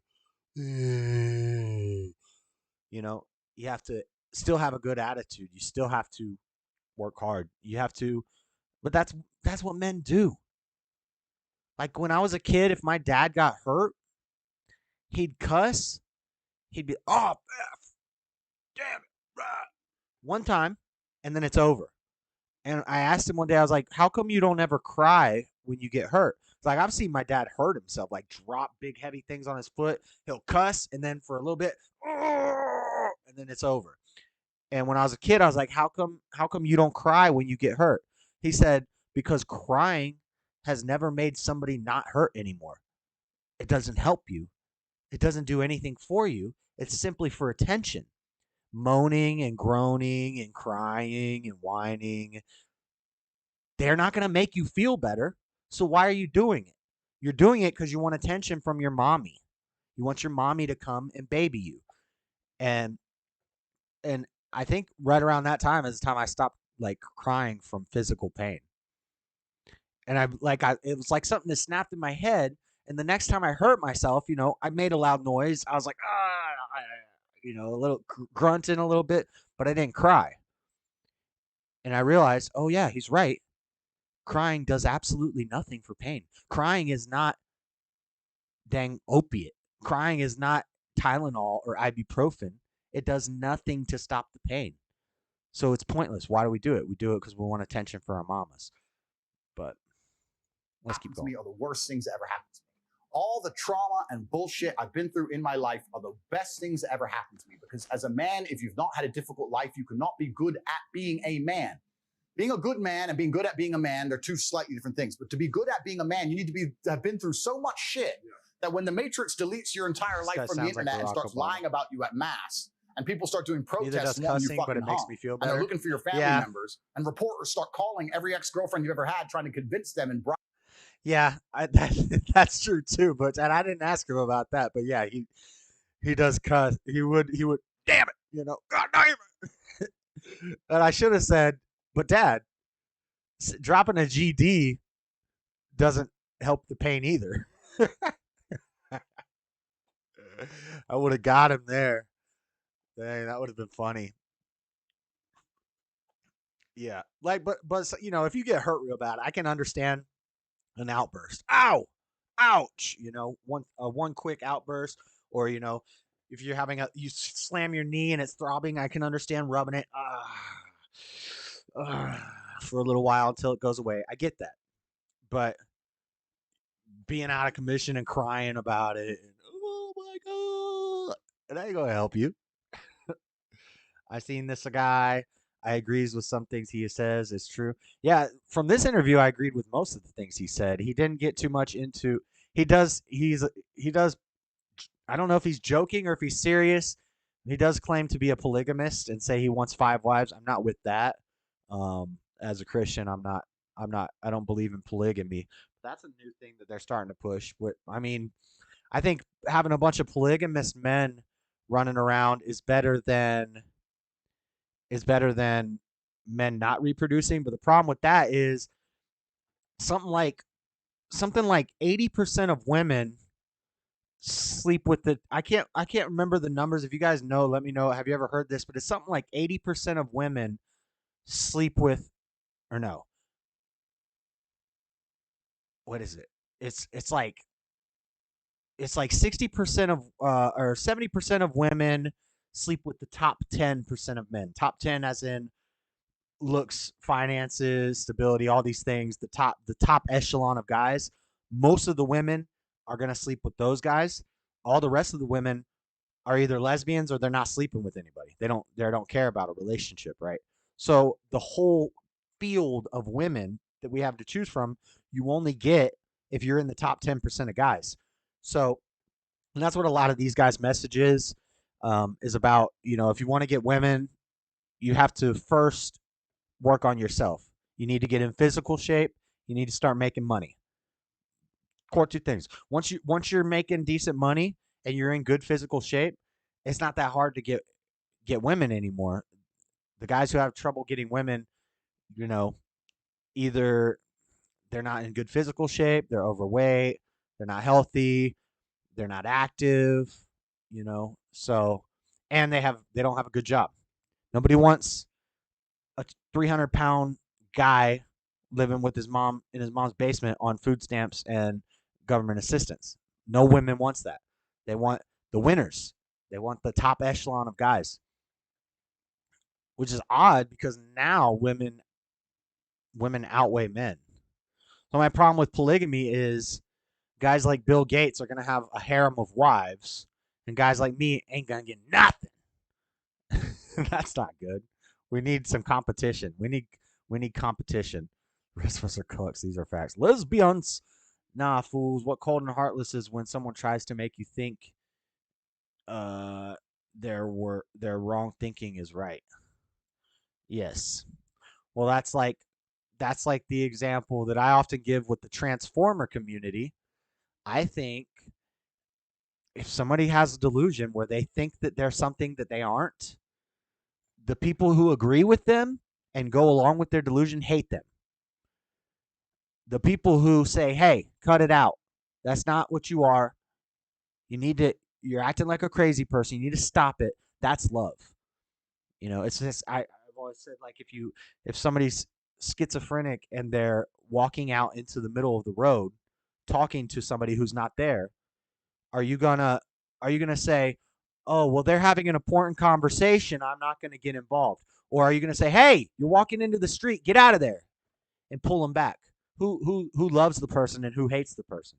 Because the person who just says, "I'm gonna let them have their conversation with their imaginary friend and get hit by a car," that person hates them. So, but most people don't understand this because most people are soft, like Charmin. Them to lie, to come out and say you're something you're not, when they're genuinely out to put you in jail, that you can sit there and be focused and stoic enough to go, you know what? Okay, what's the chessboard? What's going to happen? Who's trying to shoot me right now? Nobody. Okay, so it's better than it was a couple years ago. Okay, so X, Y, Z, and plan through it, right? You're never going to be capable as a man if you've not had trauma. The best men ever have had trauma. If you call a police officer, you need a brave police officer. He ain't going to be brave unless he's been through shit. Yeah. He's not going to be brave unless he's been through shit. So we also, as a society, sit and look at men and go, there's two kinds of society. There's the matrix society, but the true society, the true women with the brain. Matrix I want a man who's strong, who's supportive, who's intelligent, who financially provides, etc. Then you're going to want a man to some degree who's been through some shit. Yeah. And a man who's internalized it and used it as a weapon. And this is what His I say. accent is weird. Email me their long lists of all the bad things that happened to him, and I reply, fantastic. You are so lucky. You have all the building blocks to become the exact kind of man you want to be. If none of this shit happened to you, when something else bad happens to you later, you wouldn't be able to deal with it. Fantastic. See, the other point I made. Yeah, and then he goes on and he says something else that I always tell people, like my friends on Facebook and stuff, they like posting for attention about their depression. It's like, have you seen this? These people who are always putting up how depressed they are and, oh, life is so hard, all on Facebook. And it's like, first off, you just want attention. You want somebody to come in here and say, "It's going to be all right, poor baby," because you're putting it on Facebook. So I go into these messages with my friends, my real life friends. I'm not going to say their names, but they'll put, "I'm depressed." And I'll say, there's a cure for that. And, I've had one of my friends say, "Well, what do you mean? What's the cure?" And I'll say, "God." I'll say, "Jesus." I'll say, "Jesus is the number one cure of depression." And I'll say, actually, to go even further, you don't need a cure for depression. You know why? And they say, "Why?" And I'll say, "Because it's not real. It's not real. It's just in your mind. You're only depressed because you think you're depressed. If you stop believing that, you stop speaking it in existence, and you stop making these stupid posts on Facebook about how depressed you are, then you won't be depressed anymore. You've believed into this nonsense narrative so much that you've made it a reality for yourself. You post it on Facebook. You tell all your friends. You take your pills. You go to your therapist. And you believed into it so much that you've given it power. The way that you overcome it is to take that power away and stop believing in it. And then I'll have other people come in and jump in the conversation. "Oh, you should not be giving people this sort of advice. This is dangerous advice. You're gonna hurt them. Blah blah blah. People need therapy and medications and blah blah blah blah blah blah blah blah blah." And the people who make the original post will get mad too. They're like, "That's nonsense. That's blah blah blah blah blah. That's bull crap. I don't believe it." And it's like, and Tate was saying this exact same thing. He's like, "I'm the one giving you a way out. You've been going to a therapist for 10 years. You've been on medication for 10 years, and you're still suffering from this same illness. They haven't cured you. They haven't helped you. They haven't done anything to make your life better. I'm giving you a way out. I'm telling you, you don't have to do that. There's another way, and it will work. You just have to believe it, and you have to actually seek it, and you have to put it into work. You have to put in the work. It's going to be tough, but you can do it. I'm the one giving you a way out. They're the ones encouraging you to keep going through this cycle, this repetitive cycle of destroying yourself. And why are you mad at me? And Tate says it in that interview. He's like, they're so identified with their weakness that it hurts them. It makes them angry at the person who wants to help them out of their weakness. They get angry when they hear anything attacking their weakness because they're so identified with it. It's become them. And it's crazy. It's sad. And I see it. And I know that it's true without a shadow of a doubt. Violent space is hard out here for a pimp.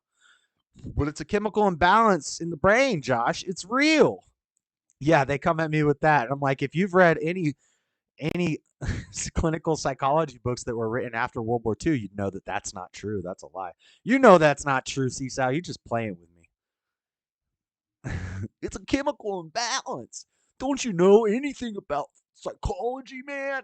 Yeah, bro, I know more than you know about psychology. Just because I don't have a degree in it doesn't mean I'm not educated in it. I love when people say, are you educated in this? I'm like, yeah, I'm educated. Where'd you go to college? Well, you didn't ask me, did I go to college for this? You asked me if I was educated. You can be educated without going to college. I'd argue that people who are self-educated are smarter than the people who have to pay to get educated. So I bet that goes over well with the SSRI junkies. No, they don't. They can't stand it. They can't stand it. And I do the same thing with ADHD. You know what? Who hates it the most? Who I get the most backlash from? And if anybody in the chat suffers from this, if anybody in the chat deals with this, just know I'm going to say something that's going to piss everybody off at some point. So it's going to piss you off too. But PTSD isn't real. They're the military guys, especially the military guys. And then I tell them, bro, I know you didn't even go to combat. You didn't even go to combat. You're suffering from PTSD because you heard a bomb go off. But I got boys who were in the shit. Gunfights, killing people, shooting people up, and they don't have PTSD. So you can't say that if you go through this certain event, you will get this outcome. You can't say that because that's not true. What it comes down to is you're being weak, and it sounds cruel and it sounds mean, and they hate me for it, but it's a weakness. It is a spiritual trauma and a spiritual weakness.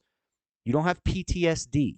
You don't have these letters that they have to put on. The PTSD people get the depression and PTSD. The depressions usually they come at me and they're like, you know, this information you're giving is dangerous because they may end up hurting themselves. You shouldn't be telling people these things. I shouldn't be giving them a solution. What are you talking about? But the PTSD people just get mad. How can you have PTSD but not go to war? I mean, and at the same time, I do understand it's not about the serotonin books. That was a lie. We did a report on that. It came out. I mean, it's been public information for decades now, but depression has nothing to do with serotonin levels, Butch. Here, I'll pull it up right now. We've already talked about this on the show. I have an episode of the show where I said psychology is fake. That's the name of the...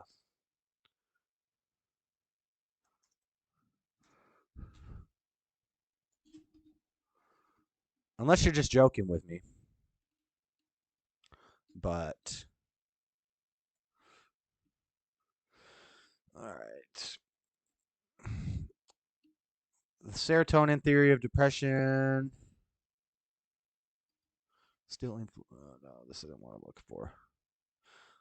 From the Hill, depression is likely not caused by a chemical imbalance in the brain. Study says yes, a very old study, like the 50s. They figured this out, but they've been lying to us for 50 years, telling us that it's a chemical imbalance in serotonin levels. It has nothing to do with that. Many people take antidepressants because they have been led to believe depression has a biochemical cause, but this new research suggests this belief was not grounded in evidence. Researchers from University College London conducted an umbrella review of past meta-studies and systematic analysis of depression relationships due to serotonin. For years, a chemical imbalance of serotonin has been widely viewed as the culprit for depression, resulting in the widespread use of antidepressants. The study published this week in the journal Molecular Psychiatry concluded that there's no clear evidence that serotonin levels or serotonin activity is responsible for depression. Now, this is a study that came out from London like a couple months ago that I reported on, but the funny part is that it's not a secret. Anybody who, if you actually read psychology books, they've known this for decades. Actually, serotonin is the chemical that sends messages between nerve endings. People can tell something isn't right with them. All these labels, depression, anxiety, PTSD, etc., give them something to attach those feelings to. Yep, stubborn one. It gives them, yeah, it's like a scapegoat. It's like a scapegoat. They don't want to deal with what they're going through, so they're looking for something outward, like a therapist or a medication to help them. But it's all spiritual stuff. But yeah, they've known for decades, Butch, that depression had nothing to do with serotonin levels, and they've only just came out and admitted to it recently. But it's been scientifically published and well known. The idea that depression is based off serotonin levels is a lie that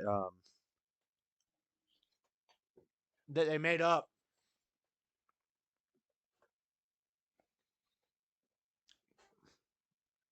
It's a lie they made up to give their claims more validity. Because people were like, well, how are you going to prescribe somebody this blanket medication for depression? How are you diagnosing their depression? Well, they've always known there is no way to diagnose depression because somebody could tell you whatever they want to tell you. I could sit here and tell you how sad I am and you'll think I'm depressed. So they had to come up to, in order to prescribe somebody a medication, a pharmaceutical, they had to have a concrete way to say that we're analyzing it. So what they did is they made up the serotonin thing, and they took a couple brain scans from some people. They said, look, they have low serotonin. That means you're depressed. Let's give them medication. And it was all a big lie. Placebo works better. But I understand what, when people say they have PTSD, I understand what they're feeling because I've been through 2 rollover car accidents, and one of them 4 people died. One of them, one girl had internal bleeding in her brain, and it kind of messed her up a little bit for life. She was always kind of different, just a little different. But where was I going with this? Oh, but I still, if I watch a movie and there's a car accident and the car starts flipping, I feel a little bit uncomfortable, I guess that's what they call triggered. Like, like how people who quit drugs, if they're around the drugs, they feel that weird feeling. And so yeah, if I see a movie and a car starts flipping, I'll feel that it almost like puts me back there. And I understand that's what PTSD is, but I don't let that cripple me. I don't let it affect me. I just keep moving.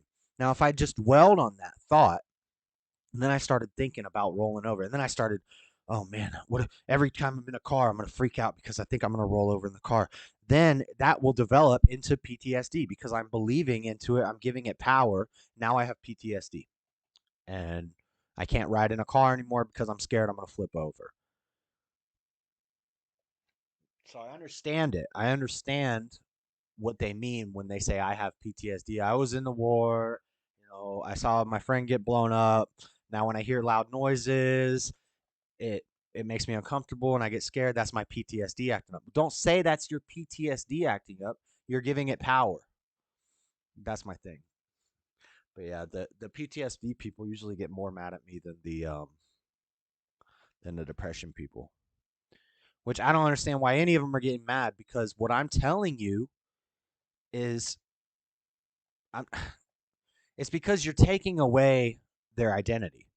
When you say that's not real, it's only real because you've made it real. It's real for you, because you've given it power. But if you stop giving it that power, you change the way you think about it, you can be free of it. That makes them mad because they've built their identity off of this, and they don't want to hear it. Good night, everyone and their mama. That's normal for your body to sort of memory because it's trying to protect itself from past harm. Just see what it is and move on. Facts, Seesaw. Good night, everyone. Later, Lord Colin B. Have a good night. They use it as a crutch to cope with. Right. Yep. And it's like a ventilator, or like some people, some people will get reading glasses when they really don't need reading glasses, and before long the reading glasses actually make their eyes dependent on glasses, so then later when they take the glasses off they can't see. It's the same way with W Streamer. Thank you, Chiquilin Fly Fishing. What's up? It's like a ventilator. If you get put on a ventilator, it does all the breathing for you, and then they have to be very careful when they take you off the ventilator because your body becomes dependent on that thing helping it, so it can't function for it by itself. So it's the same thing with medications. It's the same thing with some people. I know some people's eyes are messed up and they need prescription glasses, but a lot of times people will think they need glasses, so they'll buy some crap reading glasses from Walgreens and they'll wear them, and it'll destroy their eyes to the point where they need glasses. And it's like this crutch. And then if you ever go after their crutch, you say anything wrong with their crutch, they can't handle it. They get angry at you.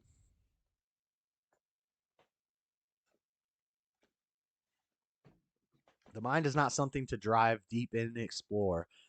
It's not a place to play with just to see. That's exactly what all the mind stuff is. And look what happens when people want to go in that place.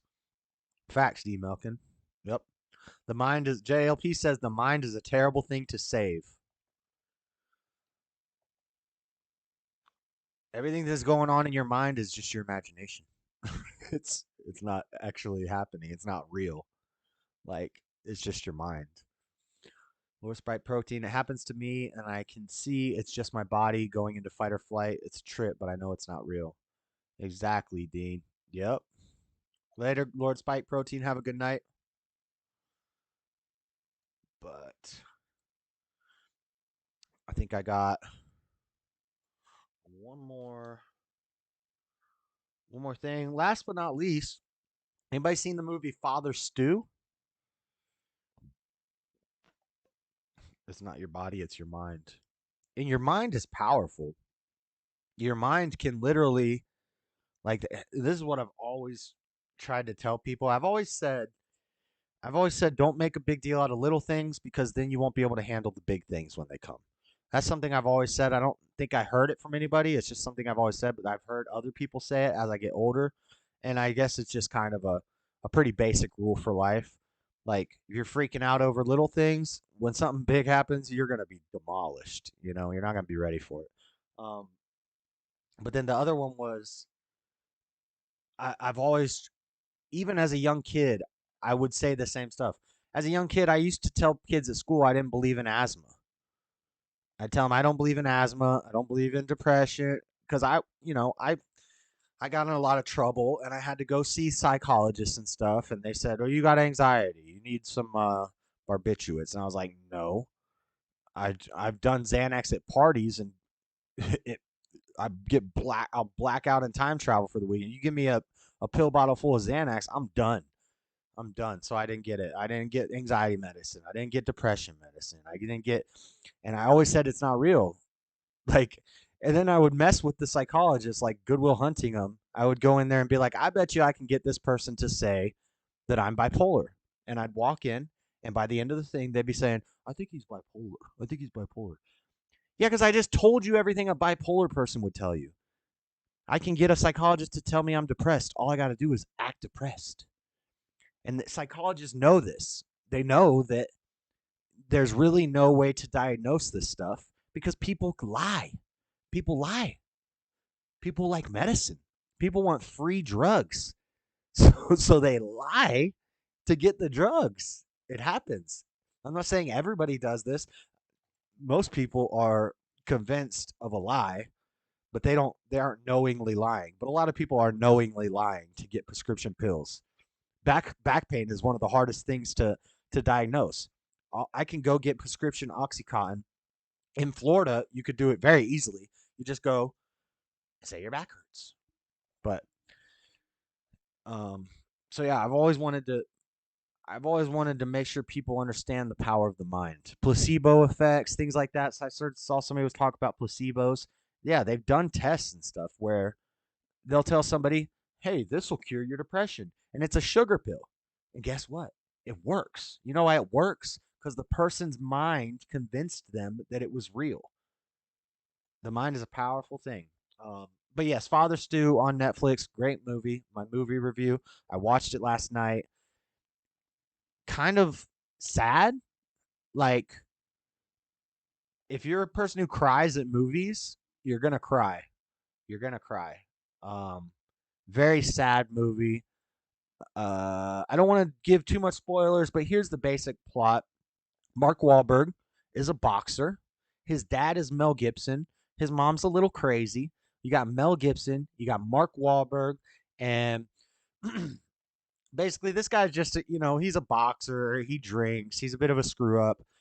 He sees love at first sight, basically. He sees the most beautiful woman ever at a church. Or he sees her. How did it happen? He sees her, and then he at the grocery store, and she leaves a thing saying about going to her church. So he goes into her church to check out this girl, and it's a Catholic church. And, he's like in love with this girl, and she says, I'm not going to get with anybody who's not baptized. So he gets baptized. And she said, well, I'm not having sex until I'm married. So they're going to save it till married. He gets baptized. He goes through the catechism and all that stuff that they do at the Catholic Church. Gets baptized into the Catholic Church. And then, I don't know. Oh, it sounds romantic. Not so much, Seesaw. I don't know how much I can say of the plot. Because although it does start off very much a love story, it doesn't end a love story. Can I spoil it a little bit for you guys? Let's just say something bad happens, and he totally drops the woman and decides to be a priest, a father in the church. And she says, now this is before they get married. They're planning on getting married. They're engaged.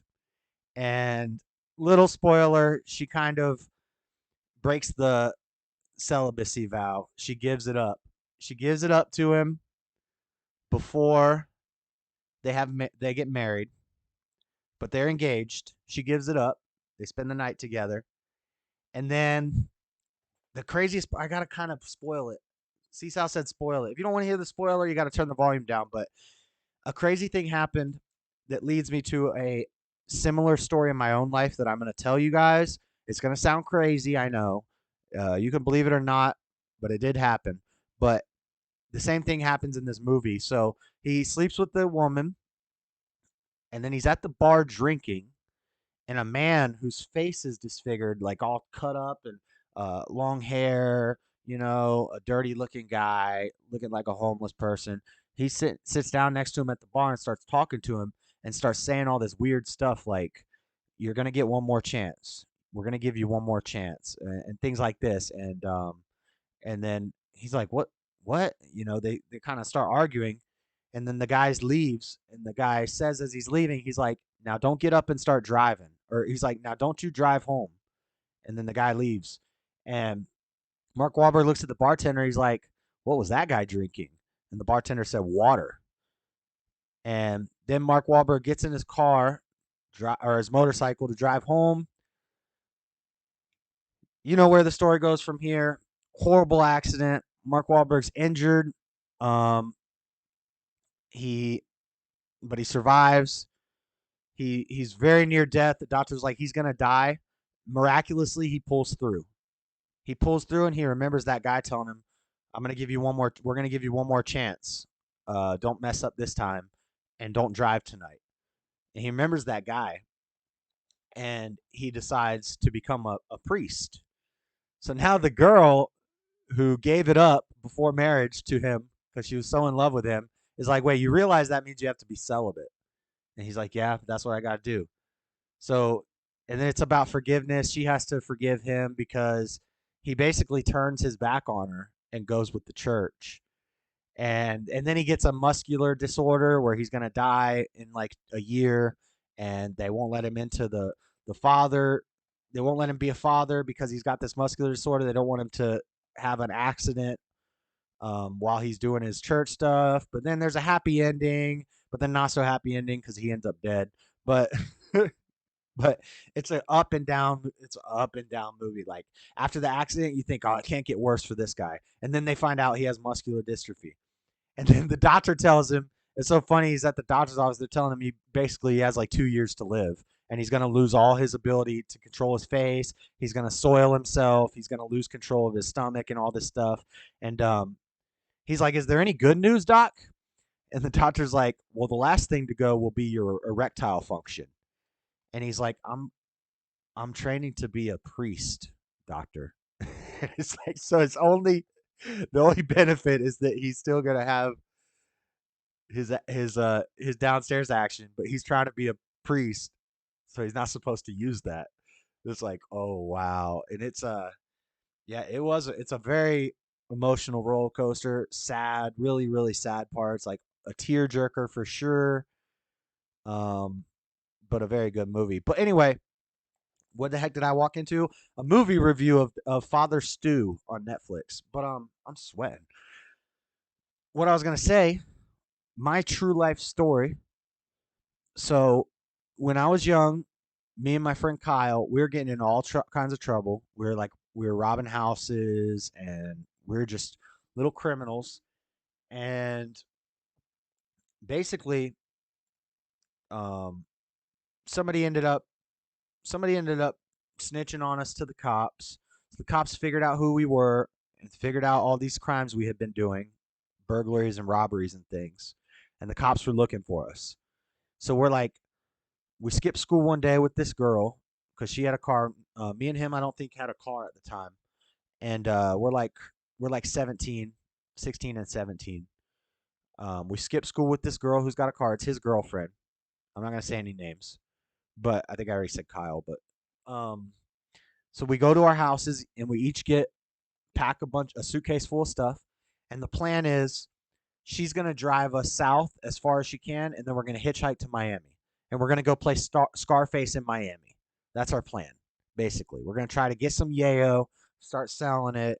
We know some people in Miami, and we're just going to run from the cops and go do this in Miami, right?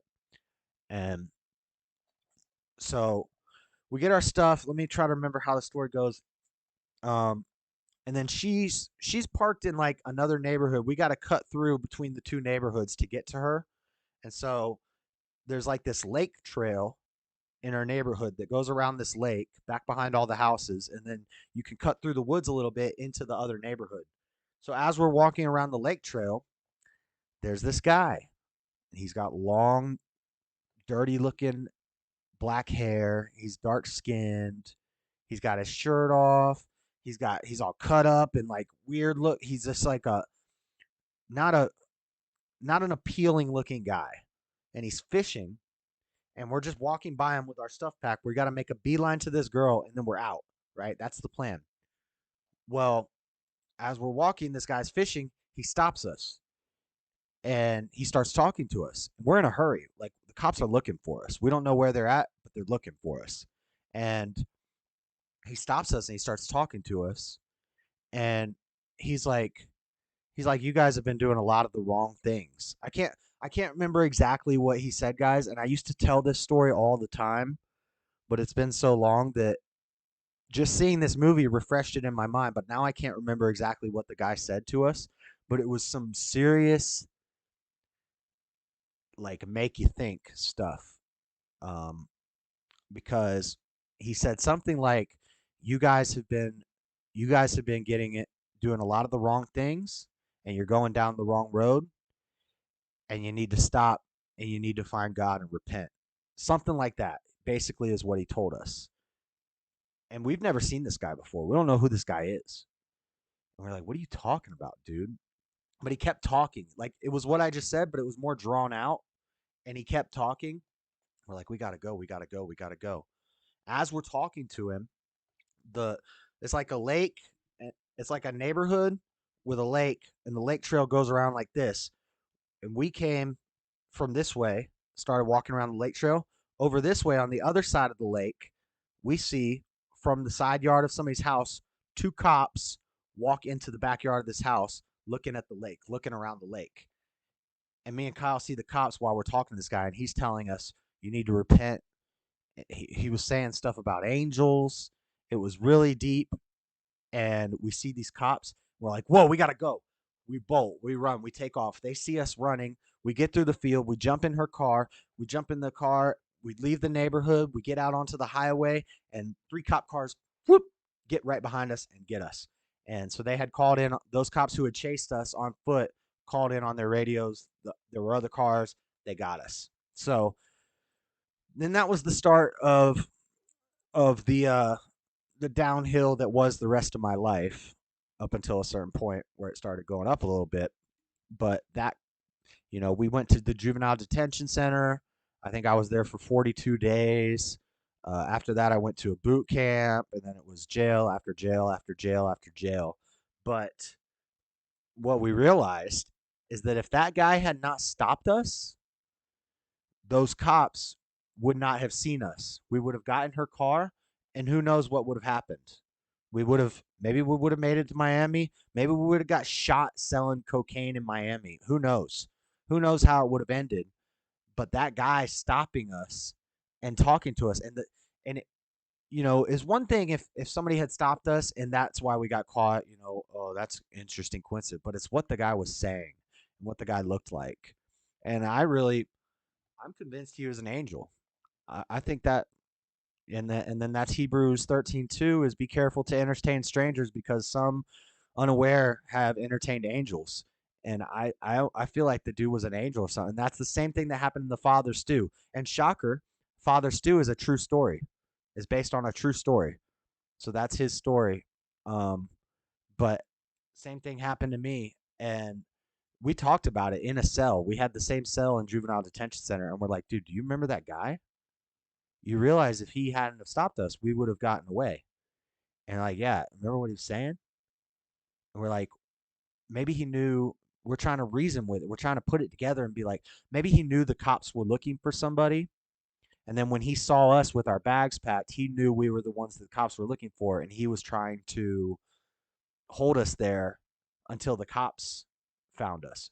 Maybe that's the only thing we could make sense of it with. But I think it's better just to say he was an angel. They call it a disguised blessing. So let's see what you guys are saying about that if I'm crazy. JS sweating like a nickel loss at the border. I know. I need to turn my fan on. The air conditioner's off. Get the AC. Sounds like a movie I need to watch or a shekel in Jersey. What's CMT? Country Music Television? I don't know. Ray Dean, no one can play with your mind unless you allow it. Game warden, seesaw exactly, but you can see when others are trying. It goes beyond seeing. You can feel it. You know something's wrong. He's right here, officers, says the dude. Yeah, we thought about that, but it just didn't make sense, dude. It was crazy. Dean, exactly. The smart ones get the hell out of there when they can. They're all being played. That happened to me once. A strange lady told me in a parking lot that God was watching after me. They call it disguised blessing. That's like the I don't know if I've ever played it.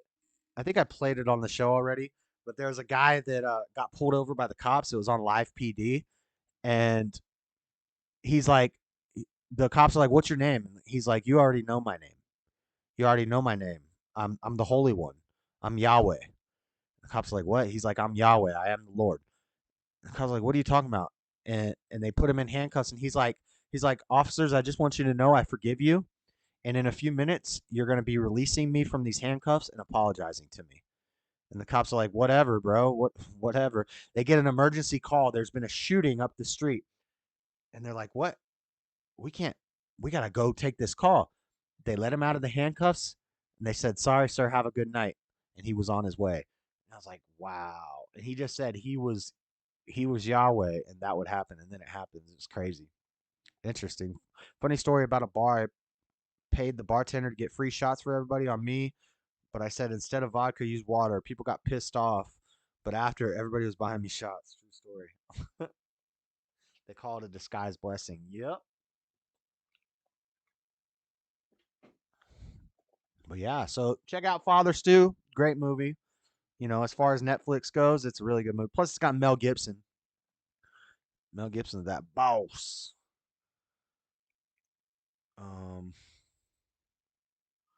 I think that's all we got, guys. It might be well, somewhat of an early show. 3.5 hours. Usually we go 4 hours, but I made it short, or I rushed through it so that we can maybe get a Battle of the Minds or some calls, but nobody called, so that's fine. I know a lot of people don't like Discord. One of these days I'll have to figure out how to do like a phone number and have a phone number behind me. But it's very hot. I'm gonna play a song, play us out with a song, and then I'm gonna head out, guys.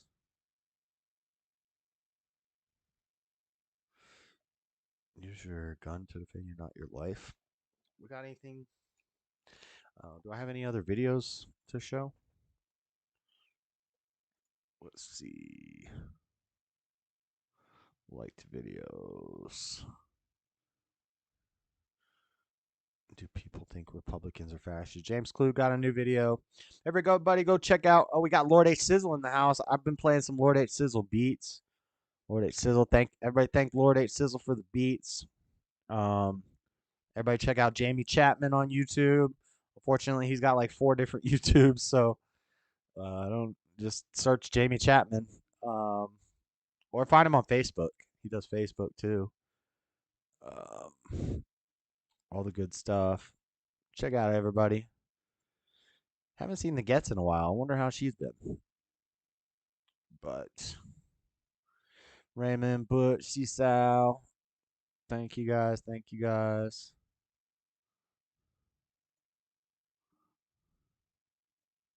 What's real? They say that's just how you feel. That's emotion, baby. That's just how you feel. That ain't real. What's real? It might not be how you feel.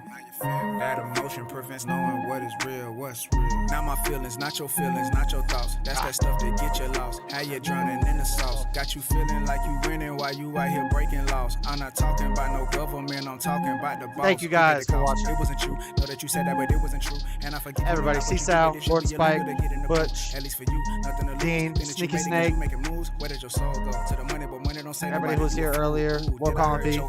Sizzle. Trishila Bonquisha.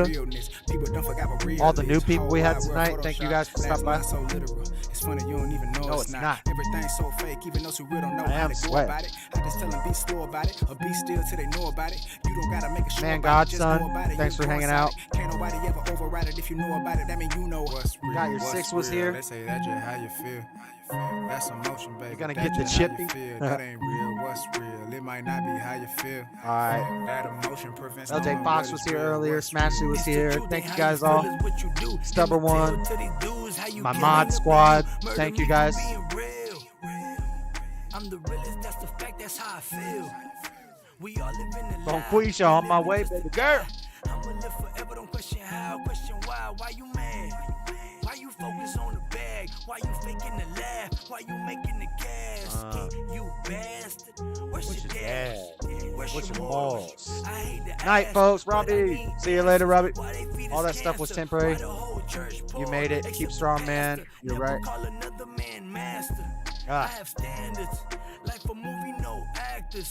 Remember to hit your like on the way out, guys. Subscribe if you haven't subscribed yet. Share it out to a friend. Let your friends know.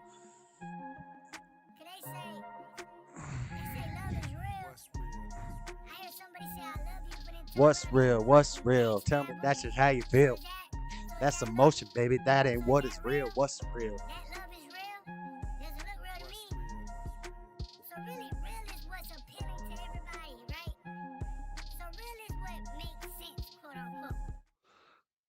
All right.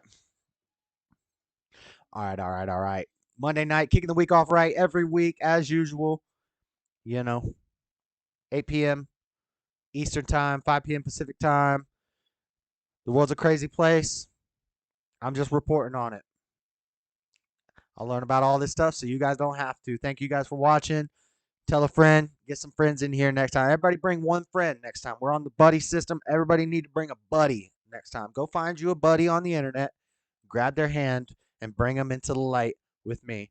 Every Monday night, kicking the week off right. JS Urban Adventures. Thank you guys.